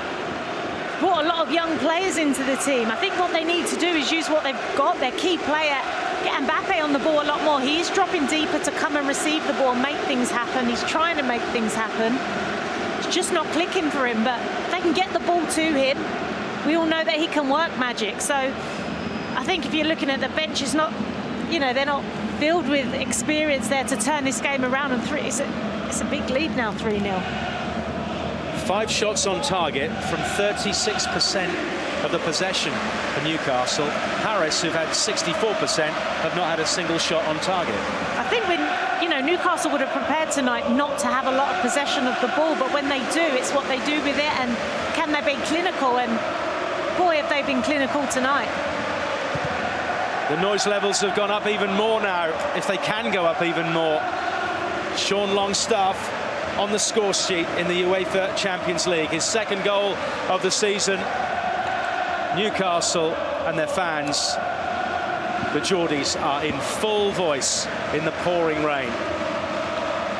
Trippier with the throw on this near side, midway inside the Newcastle half. 1-0 by Paris. Cut out by Newcastle. The foul, though, by Tonali on Ramos. Could well earn Tonali a card, possibly. I don't know, referee's gone to mark the grass with the foam. It was a late challenge. Ramos had got away from him, but no card. He's left his leg in there, hasn't he? Ramos has just collided with it. I think you almost felt like Paris needed the next goal just to silence the crowd. Make it 2-1, and then it's game on again. Free kick for Paris. It's to the left of the penalty area, away to our left. It's about 5 metres out. Ousmane Dembele and Achraf Hakimi are the 2 players behind it. They're in discussion at the moment to decide what they're going to do with it. It's going to be Dembele who clips it in right into the heart of the Newcastle penalty area, and Milan Skriniar got the final touch, but it's wide of goal. OK, let's go to Richard Connolly watching Porto Barca. Porto have got a free kick down the left-hand side, which Wendell, the left-back, swung into the box. No clear headed chance on goal, though, for them. And it remains Porto 0, Barcelona 1. We're coming up to the hour mark here, around 5 minutes ahead of you in the Newcastle game. It's a bit quieter at the Dragao than it is at St James's Park as well, though it would have got louder had Pepe taken a glorious chance. What, around 5 minutes ago now? He was played in down the right-hand side, took a lot of time to get his shot away, and in that time, Jules Koundé got back to make a sliding challenge in the nick of time. Remains 1-0 to Barca. Paris Saint-Germain have possession inside their own half, but they just can't get out of that half. Bruno wins it back. Tonali, though, needed to get to the ball rather than wait for it. Paris in centre field, out towards this near side, they're left with Lucas Hernandez. There needs to be a response from the 2020 finalists before this game completely. I mean, it's already running away from them. It could be completely running away from them. But when they have a player like Kylian Mbappe who's on the ball now, you just never know. I mean, look at what his performance in the World Cup final. Here's Zaire Emery out to the far side. Dembele trying to get room, square again, just outside the D. Zaire Emery over the top. Hernandez is in, and Lucas Hernandez has headed the ball beyond Nick Pope, who hesitated, and they've been punished. And for the first time in this game, Paris Saint-Germain have had a shot on target, and they found the net. Lucas Hernandez with the goal. His first for Paris Saint-Germain. Newcastle 3, Paris 1. It was a perfectly weighted ball into him, just looped in the air. It felt like the ball had hung for ages. It's a possible offside. It's very, very tight, but he just nods it down past Nick Pope into the bottom corner. As you say, Nick Pope does hesitate, goes for the ball, then stops still. I think that hesitation has cost him dearly there, but it's a wonderful header, just cushioned into the bottom corner. Good running by Hernandez. Referee Kovacs is awaiting a goal check by the video assistant referee. So is the goal going to count? Are Paris back in the game, so to speak? The check is over. The referee will tell us now whether it's a goal or not, and it is a goal. It's going to stand. 3-1 then, and we are 3 minutes shy of the hour mark. Yeah, and this is what we were talking about. Newcastle now have to remain switched on. Yes, they've got the 2-goal cushion, but you can see there just one pass. How deadly the creative players that they do have on the pitch, the danger players, those attacking players, can create something out of nothing there. And it'll give Paris a huge lift. Absolutely. And they've literally been suppressed for the entire game until that point. They have, and there wasn't a way through there. There wasn't a way through. The ball had to go over the defenders to get through, because centrally it was just too compact. So it just takes that imagination just to unlock the defence, which we haven't seen. And now they come on the break down the right-hand side. They made a substitution, and that player is on the ball now. Bradley Barcola, who's come on for Randell Kolo Muani. The first substitution of the game. He was an unused substitute on Matchday 1 against Dortmund.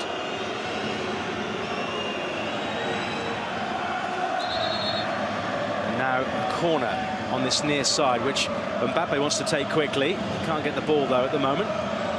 All boys having none of it. Goal to tell you about in Belgrade, just scored by Cedric Itten for Young Boys. A penalty after a handball in the penalty area by Nasser Giga, and stepping up, Itten has scored. So from 1-0 down, Young Boys now lead 2-1 in Belgrade. It's going to be a corner on the far side this time for Paris. 3-1. Their tails are up at this point. If they get another goal, it would make things very interesting for the final half an hour. They have it on the right edge of the area, but Zaire Emery has initially lost it. He's managed to win back possession, and then eventually Ugate's ball over the top is too far away from Dembele. Luis Enrique looks frustrated, but at least, Jenna, he'll be pleased that his team have got some kind of, not a foothold as such, but they are in the game. Yeah, I think the goals ignited a bit of urgency within them. The tempo's gone up, the movement, creativity, the number of players getting forward. They've got a bit of urgency about them now. It's just taken them to go 3-0 down to find that, but there's still plenty of time for them. It'll need a big fight back. from the team from France. Lost the 2020 UEFA Champions League final to Bayern Munich by the only goal. They've gone out of the round of 16 stage in 5 of the last 7 seasons. They have that desire to win this competition. But if they do have that desire, they need to get themselves into a good position in the group stages. And despite the win over Dortmund tonight, they've struggled until this point. And now they have it on the halfway line. Mbappe uncharacteristically loses the ball. And Newcastle have it with Sandro Tonali. Down the far side, the Newcastle left. Another Newcastle goal would surely put pay to it. An hour play, Tonali clips it in. There's nobody there, and it's an easy claim for the number 99. Yeah, wasteful there from Tonali out on the wide left area. Just crossed in. There was no bodies into the box. Comfortable save from Donnarumma. Down this near side for Paris. And then the ball has just drifted out of play. It's going to be a Newcastle United throw-in. Gianluigi Donnarumma has kept 4 clean sheets this season until tonight, having played in every single minute of their campaign so far. I can't believe he's still only 24 years of age. It does feel like he's been around forever. Isaac looking to get the better of 17-year-old Warren Zaire-Emery. That's a foul by Tonali. It's the second time he's conceded a foul in the second half, but referee Kovacs doesn't feel it warrants the yellow card. Lascelles under pressure from Mbappe, heads to the far side, out for a Paris throw. It's not quite as noisy as it was. No, it's calmed down a bit in there now, isn't it? A bit of nervousness in the crowd. I think what Newcastle need to do is just stick back to that game plan. They don't need to change anything. They don't need to go into panic mode and start rushing things and rushing the way they're playing. Just got to use that game management now, a different skill set. It might not be on now to press every single ball for them as they tire, as the match goes on. Just got to try and manage this out now. Paris having a lot of the possession as they have had for much of the game. They just didn't do anything with it until the goal by Hernandez. Dembele loses out. Away come Newcastle down the far side. The referee plays the advantage. Tonali inexplicably drives the ball straight through to his former Milan teammate Donnarumma. And now Paris have it back. I think you could see what he was trying to do there. It was fired in to Isaac. Mbappe trying to find Ramos. Trippier wants an offside flag and he gets it. OK, let's catch up with matters elsewhere to the Dragao midway point of the second half, Richard. Yeah, here's Barcelona on a rare counter-attack, and Lamine Yamal's effort ricochets away towards this near side for a Barcelona throw. They still lead by 1-0. That goal by Ferran Torres in first half stoppage time. Porto have changed things, though, in the last 5 minutes or so, bringing on a forward, Eva Nielsen, who's coming back from injury, for the midfielder Romario Barro, who was involved in that Barcelona goal, giving the ball away. So they've got an extra forward player on, trying to put extra pressure on. They created an overload down the left-hand side soon afterwards. Wendell, the left-back, played in by Galeno, and Wendell forced a save out of the legs of Ter Stegen. Joao Felix is coming off for Barcelona now. That's why you can hear the whistles. Fermin Lopez, the young man, is coming on in his place. But this might be the response of Xavi to that tactical switch from Sergio Conceição, of which more doubtless in the meantime. But it remains with 22 minutes left. Porto 0, Barcelona 1. Thanks, Richard. Elsewhere, it is still Dortmund 0, Milan 0. Christian Pulisic, formerly of Dortmund, now of Milan, had a great chance, played into the box, back to goal, turn, had a shot, well saved by Gregor Kobel. He's now made way for Chukwueze for AC Milan. Elsewhere, Leipzig 1, Manchester City 1. Brilliant goal to level from Leipzig, although City might be in here. They nearly are. Foden cutting the ball across to Haaland. It's cut out before it reaches him. Openda and Xavi Simons played this delightful 1-2 on the halfway line. Openda back to goal, laid it off. Simons turned, played the through ball, and Openda raced through to score the equaliser. Still 1-1 between Celtic and Lazio in Glasgow. And young boys with a penalty now lead at Crvena Zvezda. They trailed, now they are 2-1 up there. More changes on the way at St James's Park. 65th minute, Mike Sewell. Yes, Sandro Tonali is being applauded off the pitch. to be replaced by Elliot Anderson, the player he came in for in the only change from the weekend win over Burnley. So Anderson, the 20-year-old Scot, comes on into midfield, and prior to that, Paris made another change. Surprisingly, Manuel Ugarte's come off, but the more attack-minded Vitinha has come on in his place. Newcastle have a free kick midway inside the Paris half to the right of where we're looking, and it's from the far side. Trippier lifts it in, but far too strong a ball, and it just bounces out harmlessly. Just too much onto that ball. Wasted opportunity. Anderson's now might have felt a bit hard done by not to be starting tonight, but Eddie Howe got it spot on, I think, with Tonali in there. The experience in that midfield have dominated that midfield battle in the first half for sure. Paris have possession. 20 minutes played in the second half. Newcastle 3, Paris Saint-Germain 1. Newcastle 2 up at half-time, thanks to goals by Almiron and Byrne. And then 5 minutes into the second half, Donnarumma couldn't keep out a powerful low shot by Sean Longstaff. But Paris got themselves into the game with a Lucas Hernandez header. Newcastle have it, though, far side as we look, inside the Paris half. This is Anderson. Oh, look at this, jinking his way past the Paris defence. This is wonderful from Elliot Anderson, and Messi-esque, the run. But now Paris have turned defence into attack and are coming forward down this near side. Another of the substitutes. Barcola out to Mbappe on the near side, the left. Barcola back to Kylian Mbappe. Nice little ball into Ramos. We're inside the Newcastle area on this near side. The Paris left. Out to the edge of the box now, just outside the D. Vitinha, they're exchanging passes at pace, Paris. Zaire Emery to the left again. Barcola back into the middle. Vitinha onto his left foot, no room for a shot. Zaire Emery back wide again. It's still with Paris. And eventually it's deflected out for a corner. That was good ball retention. So much better from Paris. It's the speed that they're moving the ball. You can see that the Newcastle units are having to move. They're having to think. And it's opening the spaces so much better. I think if they continue like that, Newcastle are going to have a really busy end to this match defensively. Ousmane Dembele has just been booked by the referee for something that occurred on the other side of the pitch. Anyway, the corner's been taken. In it comes quickly. It's clipped off the head of Cher and then volleyed away by Trippier for a throw-in on the far side of the field. This is going to be a real test of Newcastle's resolve. They did it in Milan, against Milan. Yeah, they're on the back foot a lot during that game. But they held out. They only had one shot in the entire game, and that was in added time. But they did the job that they went to do. This is going to be a test as well, because with Paris having most of the possession and now beginning to do something with it, they're going to be tested. They are, but they can take the confidence from that Milan match, you know, coming away with a point, not conceding, because they were on the back foot towards the end for a good 20 minutes, but they survived it, they came out of it. The ball has gone all the way back to Donnarumma from a Paris corner. Now it's with Marquinhos inside his own area. Look at Newcastle, 3 players bearing down on this corner to our right.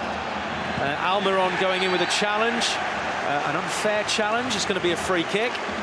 The assistant referee is pointing that out to the referee, and it's taken by Skriniar back to Donnarumma. But as soon as the ball's played, Isak's after the goalkeeper. Newcastle doing what they did for much of the first half. Now it's a long ball. That's a great long ball through. Dembele is into the area. Ousmane Dembele. Great defending by Lascelles. But that was a terrific ball over the top that caught Newcastle napping. It was. The back line was just too flat. Dembele beat the line. And then what a recovery run from Lascelles. That's exactly what you want from your captain and your defender.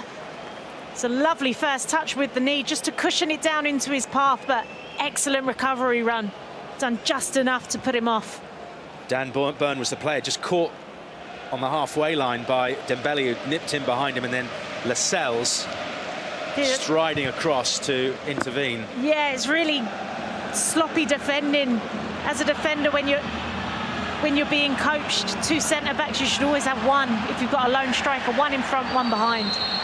Referee is going to give a free kick here for a foul by Anthony Gordon. on the edge of the Paris penalty area.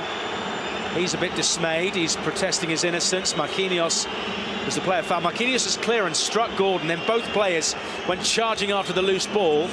Well, I think Gordon might have a point. He got a foot on the ball, but then again, I wouldn't say he followed through, but the momentum of the challenge forced Marquinhos over. I think he initially got the ball first, but the follow through with the leg, I think that's where the yellow cards come from. He did follow through with the back leg.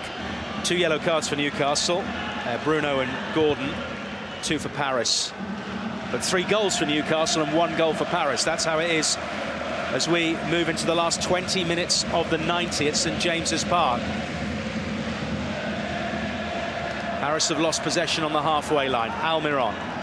That's the near side as we look. It's going to be a Newcastle throw-in right in front of the 2 coaches. Eddie Howe to the right, Luis Enrique to the left, both hugging their small technical areas. And Miguel Almiron is gingerly working on his left ankle as Jacob Murphy prepares to come on for the home team. It was interesting. I don't know if you saw it, but much of social media was really enjoying Jacob Murphy's expression when they went to play Milan in the San Siro. He was stood when the theme was played, and he said he just couldn't contain himself. He was trying to keep it all composed and stern, but he just started smiling and jigging to the music. And now he's back on the pitch again for his not his hometown club, his boyhood club, Newcastle United. He's on in place of Almiron on this near side of the Newcastle right, and they have it. Here's Longstaff, who scored the 3rd goal. Forward to Bruno. Now it's back with Paris on the halfway line, forward by Bacola, but he's not going to get to the return ball from Kylian Mbappe. OK, let's go to the Dragao, where there's been a major incident, Richard Connolly. Yeah, Porto have a penalty here with 13.5 minutes remaining. Steven Eustáquio made an excellent run down the middle, and he took the ball on his chest, a long pass on the edge of the penalty area. João Cancelo was the covering defender, and it did hit the arm of the Portuguese João Cancelo back in his home country here. He made a movement with his arm towards it. Really well spotted by the officials. This won't be overturned unless it's outside the box. It's very, very close to the edge. Now, João Cancelo's on a yellow card. Anthony Taylor has not offered a second one in his direction yet. That may be in his mind. The penalty is being checked. For the time being, it remains Porto 0, Barcelona 1, and we await to see if this is a penalty or not. Newcastle have given the ball away here, just outside their own penalty area.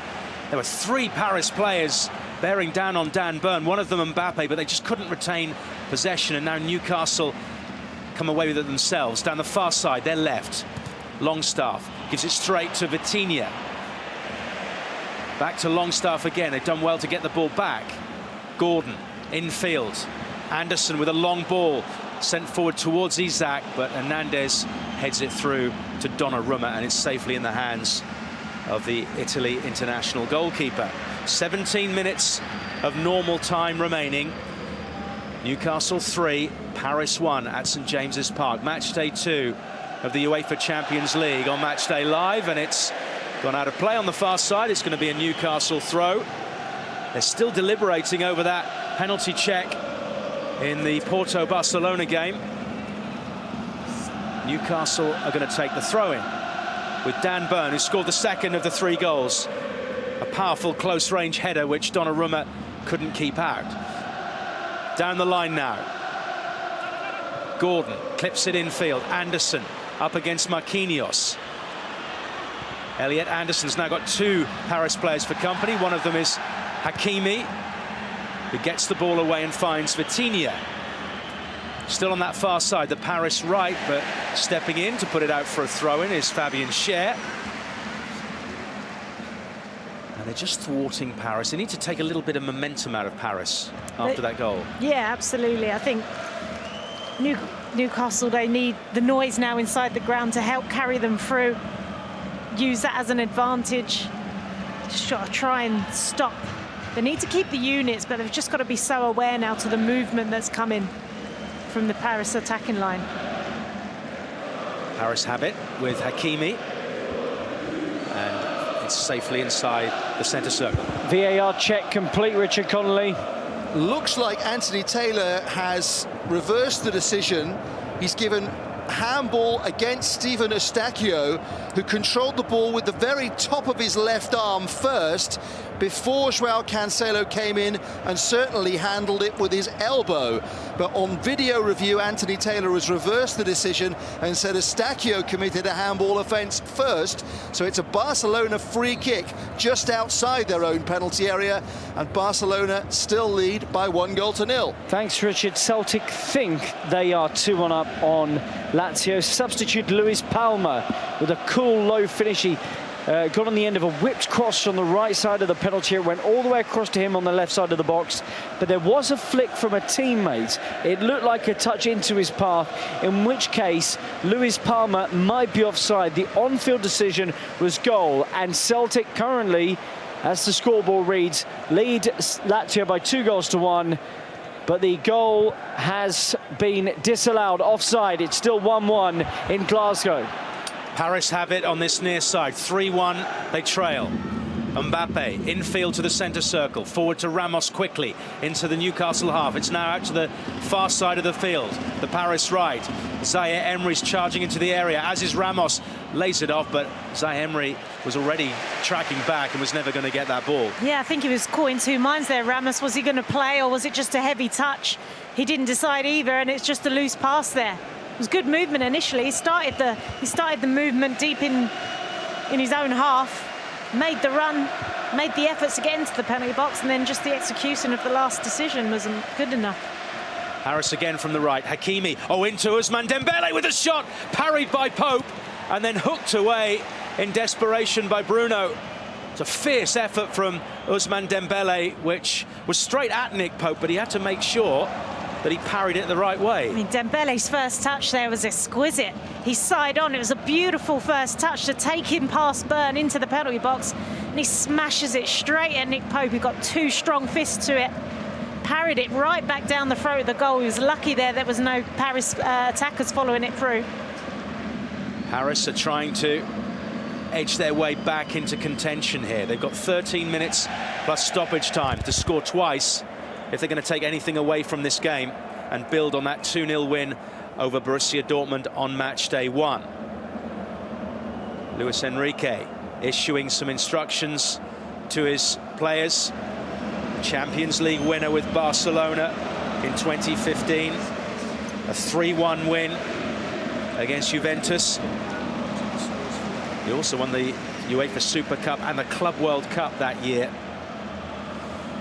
And he actually scored in Newcastle's first ever group game in the UEFA Champions League back in 1997. A game that Newcastle fans remember all too well because their cult hero, their legend of the 90s, Faustino Asprilla, scored a hat-trick. Paris have it with Zaire Emery. There's plenty of space to run into the Newcastle half. Very direct, out to the right edge of the area, cut in by Dembele, and it was a whisker away from Mbappe, connecting with that from around the penalty spot. Paris come again, Vitinha in centre field. Now Zaire Emery out to the right again. Dembele. Good defensive work by Newcastle. And it was Anthony Gordon tracking back. He looks exhausted. Done really, really well there. Pounced on Dembele's loose touch. Just drive his team forward. It was a slight nudge, but he made the most of it. He's just taking a breather while he's on the grass as well, just trying to kill that clock down. That ball from Dembele into the penalty area was, my goodness me, literally inches from Mbappe making a connection. It was. Mbappe stretched his leg out to make contact. It's inches beyond him. Paris again come forward. In come Newcastle. It's a really strong challenge by Lascelles on Mbappe. The referee's not happy with it. He's awarding a free kick. Manchester City lead at Leipzig with 6 minutes of the 90 remaining. Ball popped out to Julian Alvarez, left corner of the penalty area. He just shifted it onto his right foot and clips it, curls it, right-footed into the far corner. Pep Guardiola in all black applauds the World Cup winners' stunning goal. Leipzig 1, City 2. Let's go to the Dragao. Porto had the ball in the net, Richard. They did. 85 minutes now gone. Still Porto 0, Barcelona 1, so you'll judge it was disallowed. Offside against Mehdi Taremi, but it was a really athletic overhead kick, and he was only maybe half a metre offside. Still Barcelona now with 5 minutes left, lead 1-0. Thank you, Richard. Elsewhere, young boys are 2-1 up at Cervenas Festa. Celtic 1, Lazio 1 after Celtic had their goal disallowed for offside. It's Leipzig 1, Manchester City 2 now after Julian Alvarez, his third goal in 2 Champions League games this season. And Borussia Dortmund 0, AC Milan 0 still at the Bay Stadion. 10 minutes to go, St James's Park. Still 3-1 Newcastle, Mike. The home team have a free kick. Warren Zaire-Emery with a foul on Bruno. So Newcastle, a rare foray forward really since they got their third goal, because for much of the second half since they got that goal, it's been Paris who've been pressing. The free kick is too far out for a direct effort. Trippier's going to take it though. It's about midway inside the Paris half on the far side from where we are. The Newcastle left. Byrne and Cher and Lascelles are all up for this. In it comes from Trippier. It's going to be a free header for Bruno, but he heads it straight down, lacking power, at Donnarumma. Much better delivery. It's just fizzed in. I don't think he connects very well with the ball there and heads it down into the ground. Just takes the pace out of it, and it's a comfortable save in the end. Paris immediately turned defence into attack. Zaire-Emery out to the far side. Dembele to the edge of the area, laid off by Barcola, crossing low. Easy for Cher to steer it into touch on the far side. But it's going to be a tense final 10 or 15 minutes for those Newcastle fans. 518 passes completed by Paris to 167 by Newcastle. Skriniar plays it forward. It was cut out well by Newcastle. Good work by Longstaff on the near side. Down the line it goes. And then it's back by Skriniar to his goalkeeper. Donnarumma plays it short to the left edge of the penalty area. And Skriniar has to try and work his way around Jacob Murphy, who's being an absolute pain in the neck for him. A real nuisance there. Not letting him settle on the ball. Paris have it though. Hernandez, who scored their goal, down this near side the left. Mbappe, lovely first time ball back to Bradley Barcola, but an equally good sliding tackle from Jamal Lascelles, who's been exceptional tonight, considering he's not played much this season. He's been colossal at the back there. He's won everything. It was a great first touch there from Barcola across him, but he's managed to recover and get the sliding tackle in, and he's won everything there at the back line. Been fantastic. Hakimi into the penalty area towards Ramos, loses his balance and falls. Newcastle come away with it. So many bodies around Ramos. I think he had about 5 Newcastle defenders just smothering in there. Didn't even have time to take a first touch.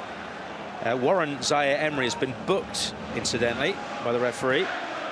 He's the third Paris player to go in the notebook. Now Barcola is away here on the left-hand angle of the penalty area. 2 Newcastle players eventually do enough to unsettle him, and the ball goes back to Pope. Bodies again, not 1 but 2 players tracking the run of Barcola out on the left-hand side there. And again, they're celebrating, the players there, just celebrating the ball going out.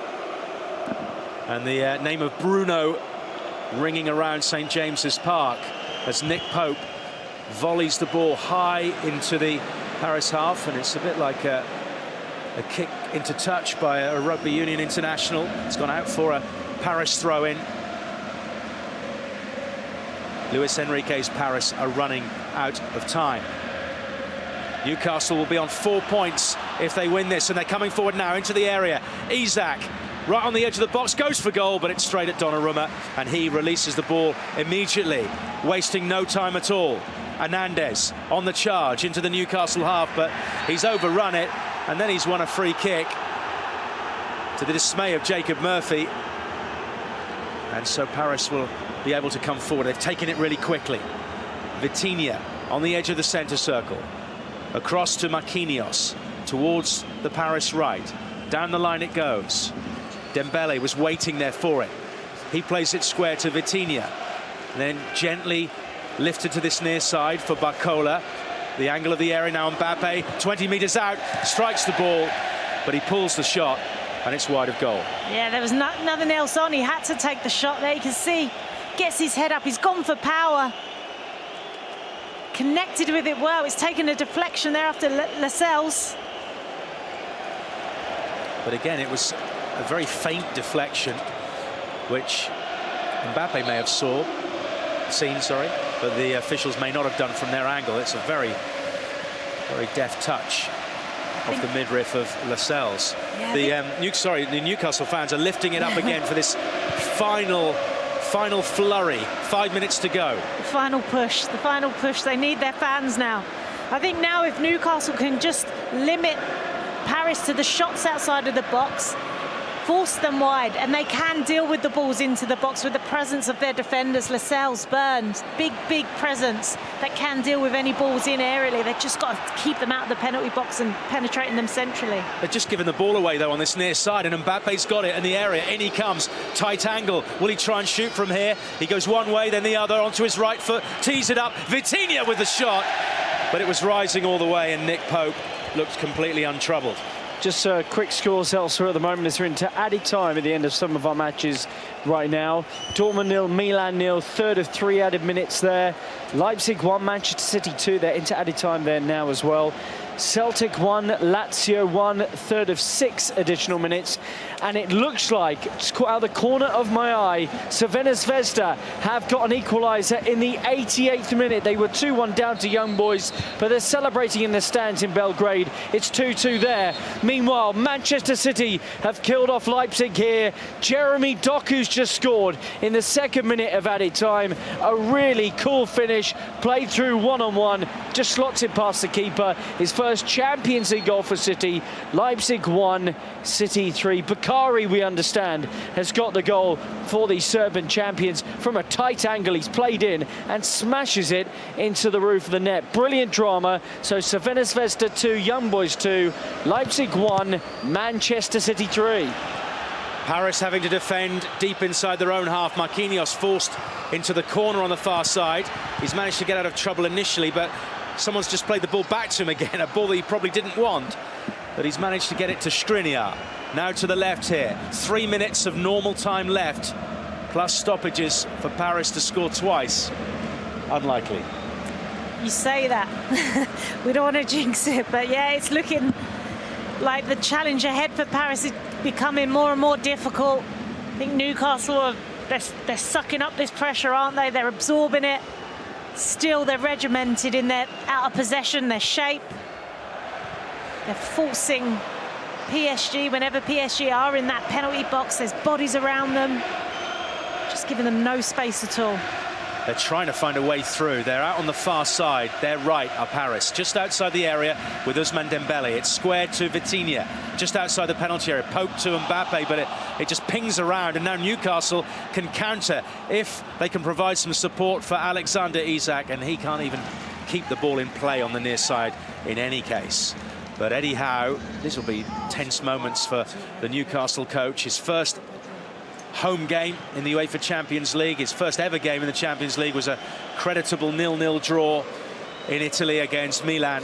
But this, a 3-1 win against Paris as it stands, would be a great achievement. But here come Paris, Mbappe in the area. Oh, he's weaving his way in. Oh, and he's trying to get to the loose ball. The referee in the end has given a free kick against another Paris player for tripping a Newcastle player. I mean, the bodies, the feet, quick feet from Mbappe there, but the bodies around him again, defending excellent. Let's go to Porto, red card, Barcelona, Richard. Yeah, young Gavi, the 19-year-old's been sent off. Second yellow card, foul on Wendell. He pulled him back, no option for the referee. He had to go. The yellow cards were going to catch up with somebody in the end. And it's Gavi. Barcelona down to 10. 2 minutes of stoppage time remain. They lead 1-0 still. It looks like Lazio have won in added time at Celtic. Matteo Guendouzi, right side of the area, hangs up across to the back post. And Pedro, the Champions League winner with Barcelona, is there to guide it into the corner. Celtic 1, Lazio 2. The veteran has got the goal. Full-time in Germany. Leipzig 1, Manchester City 3. It is Dortmund 0, Milan 0. Full-time in Germany there. And 2-2 between Craigo Football and Young Boys in Belgrade. That Pedro goal stands, by the way. It was a close offside call. He is on. Lazio in the 6th minute of added time. They're now into the 7th. Are 2-1 up at Celtic. We're into the last 10 seconds of the 90 at St James's Park, where Newcastle lead Paris Saint-Germain by 3-1. And Dan Burn is doing everything he can to stop Paris taking the throw-in. They're going to be 5 minutes of additional time, Jenna. They're nearly there. They're nearly there. Just as that extra time board goes up, you can hear the roars from the Newcastle fans again.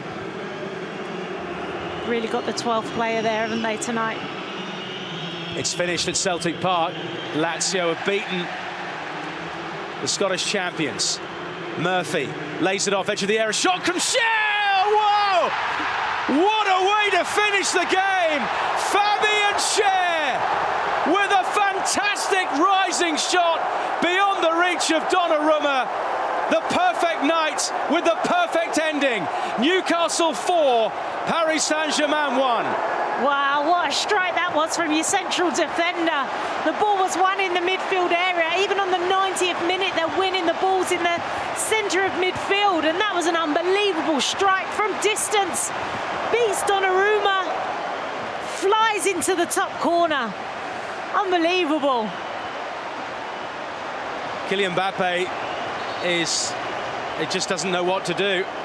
Paris had possession, and Ramos lost out to Schär. He laid it off to Murphy. Murphy laid it back to him just outside the D. And even though he slid as he shot, it may have helped him just caress the ball into the corner of the net. He had eyes for goal. You could see it from his expression.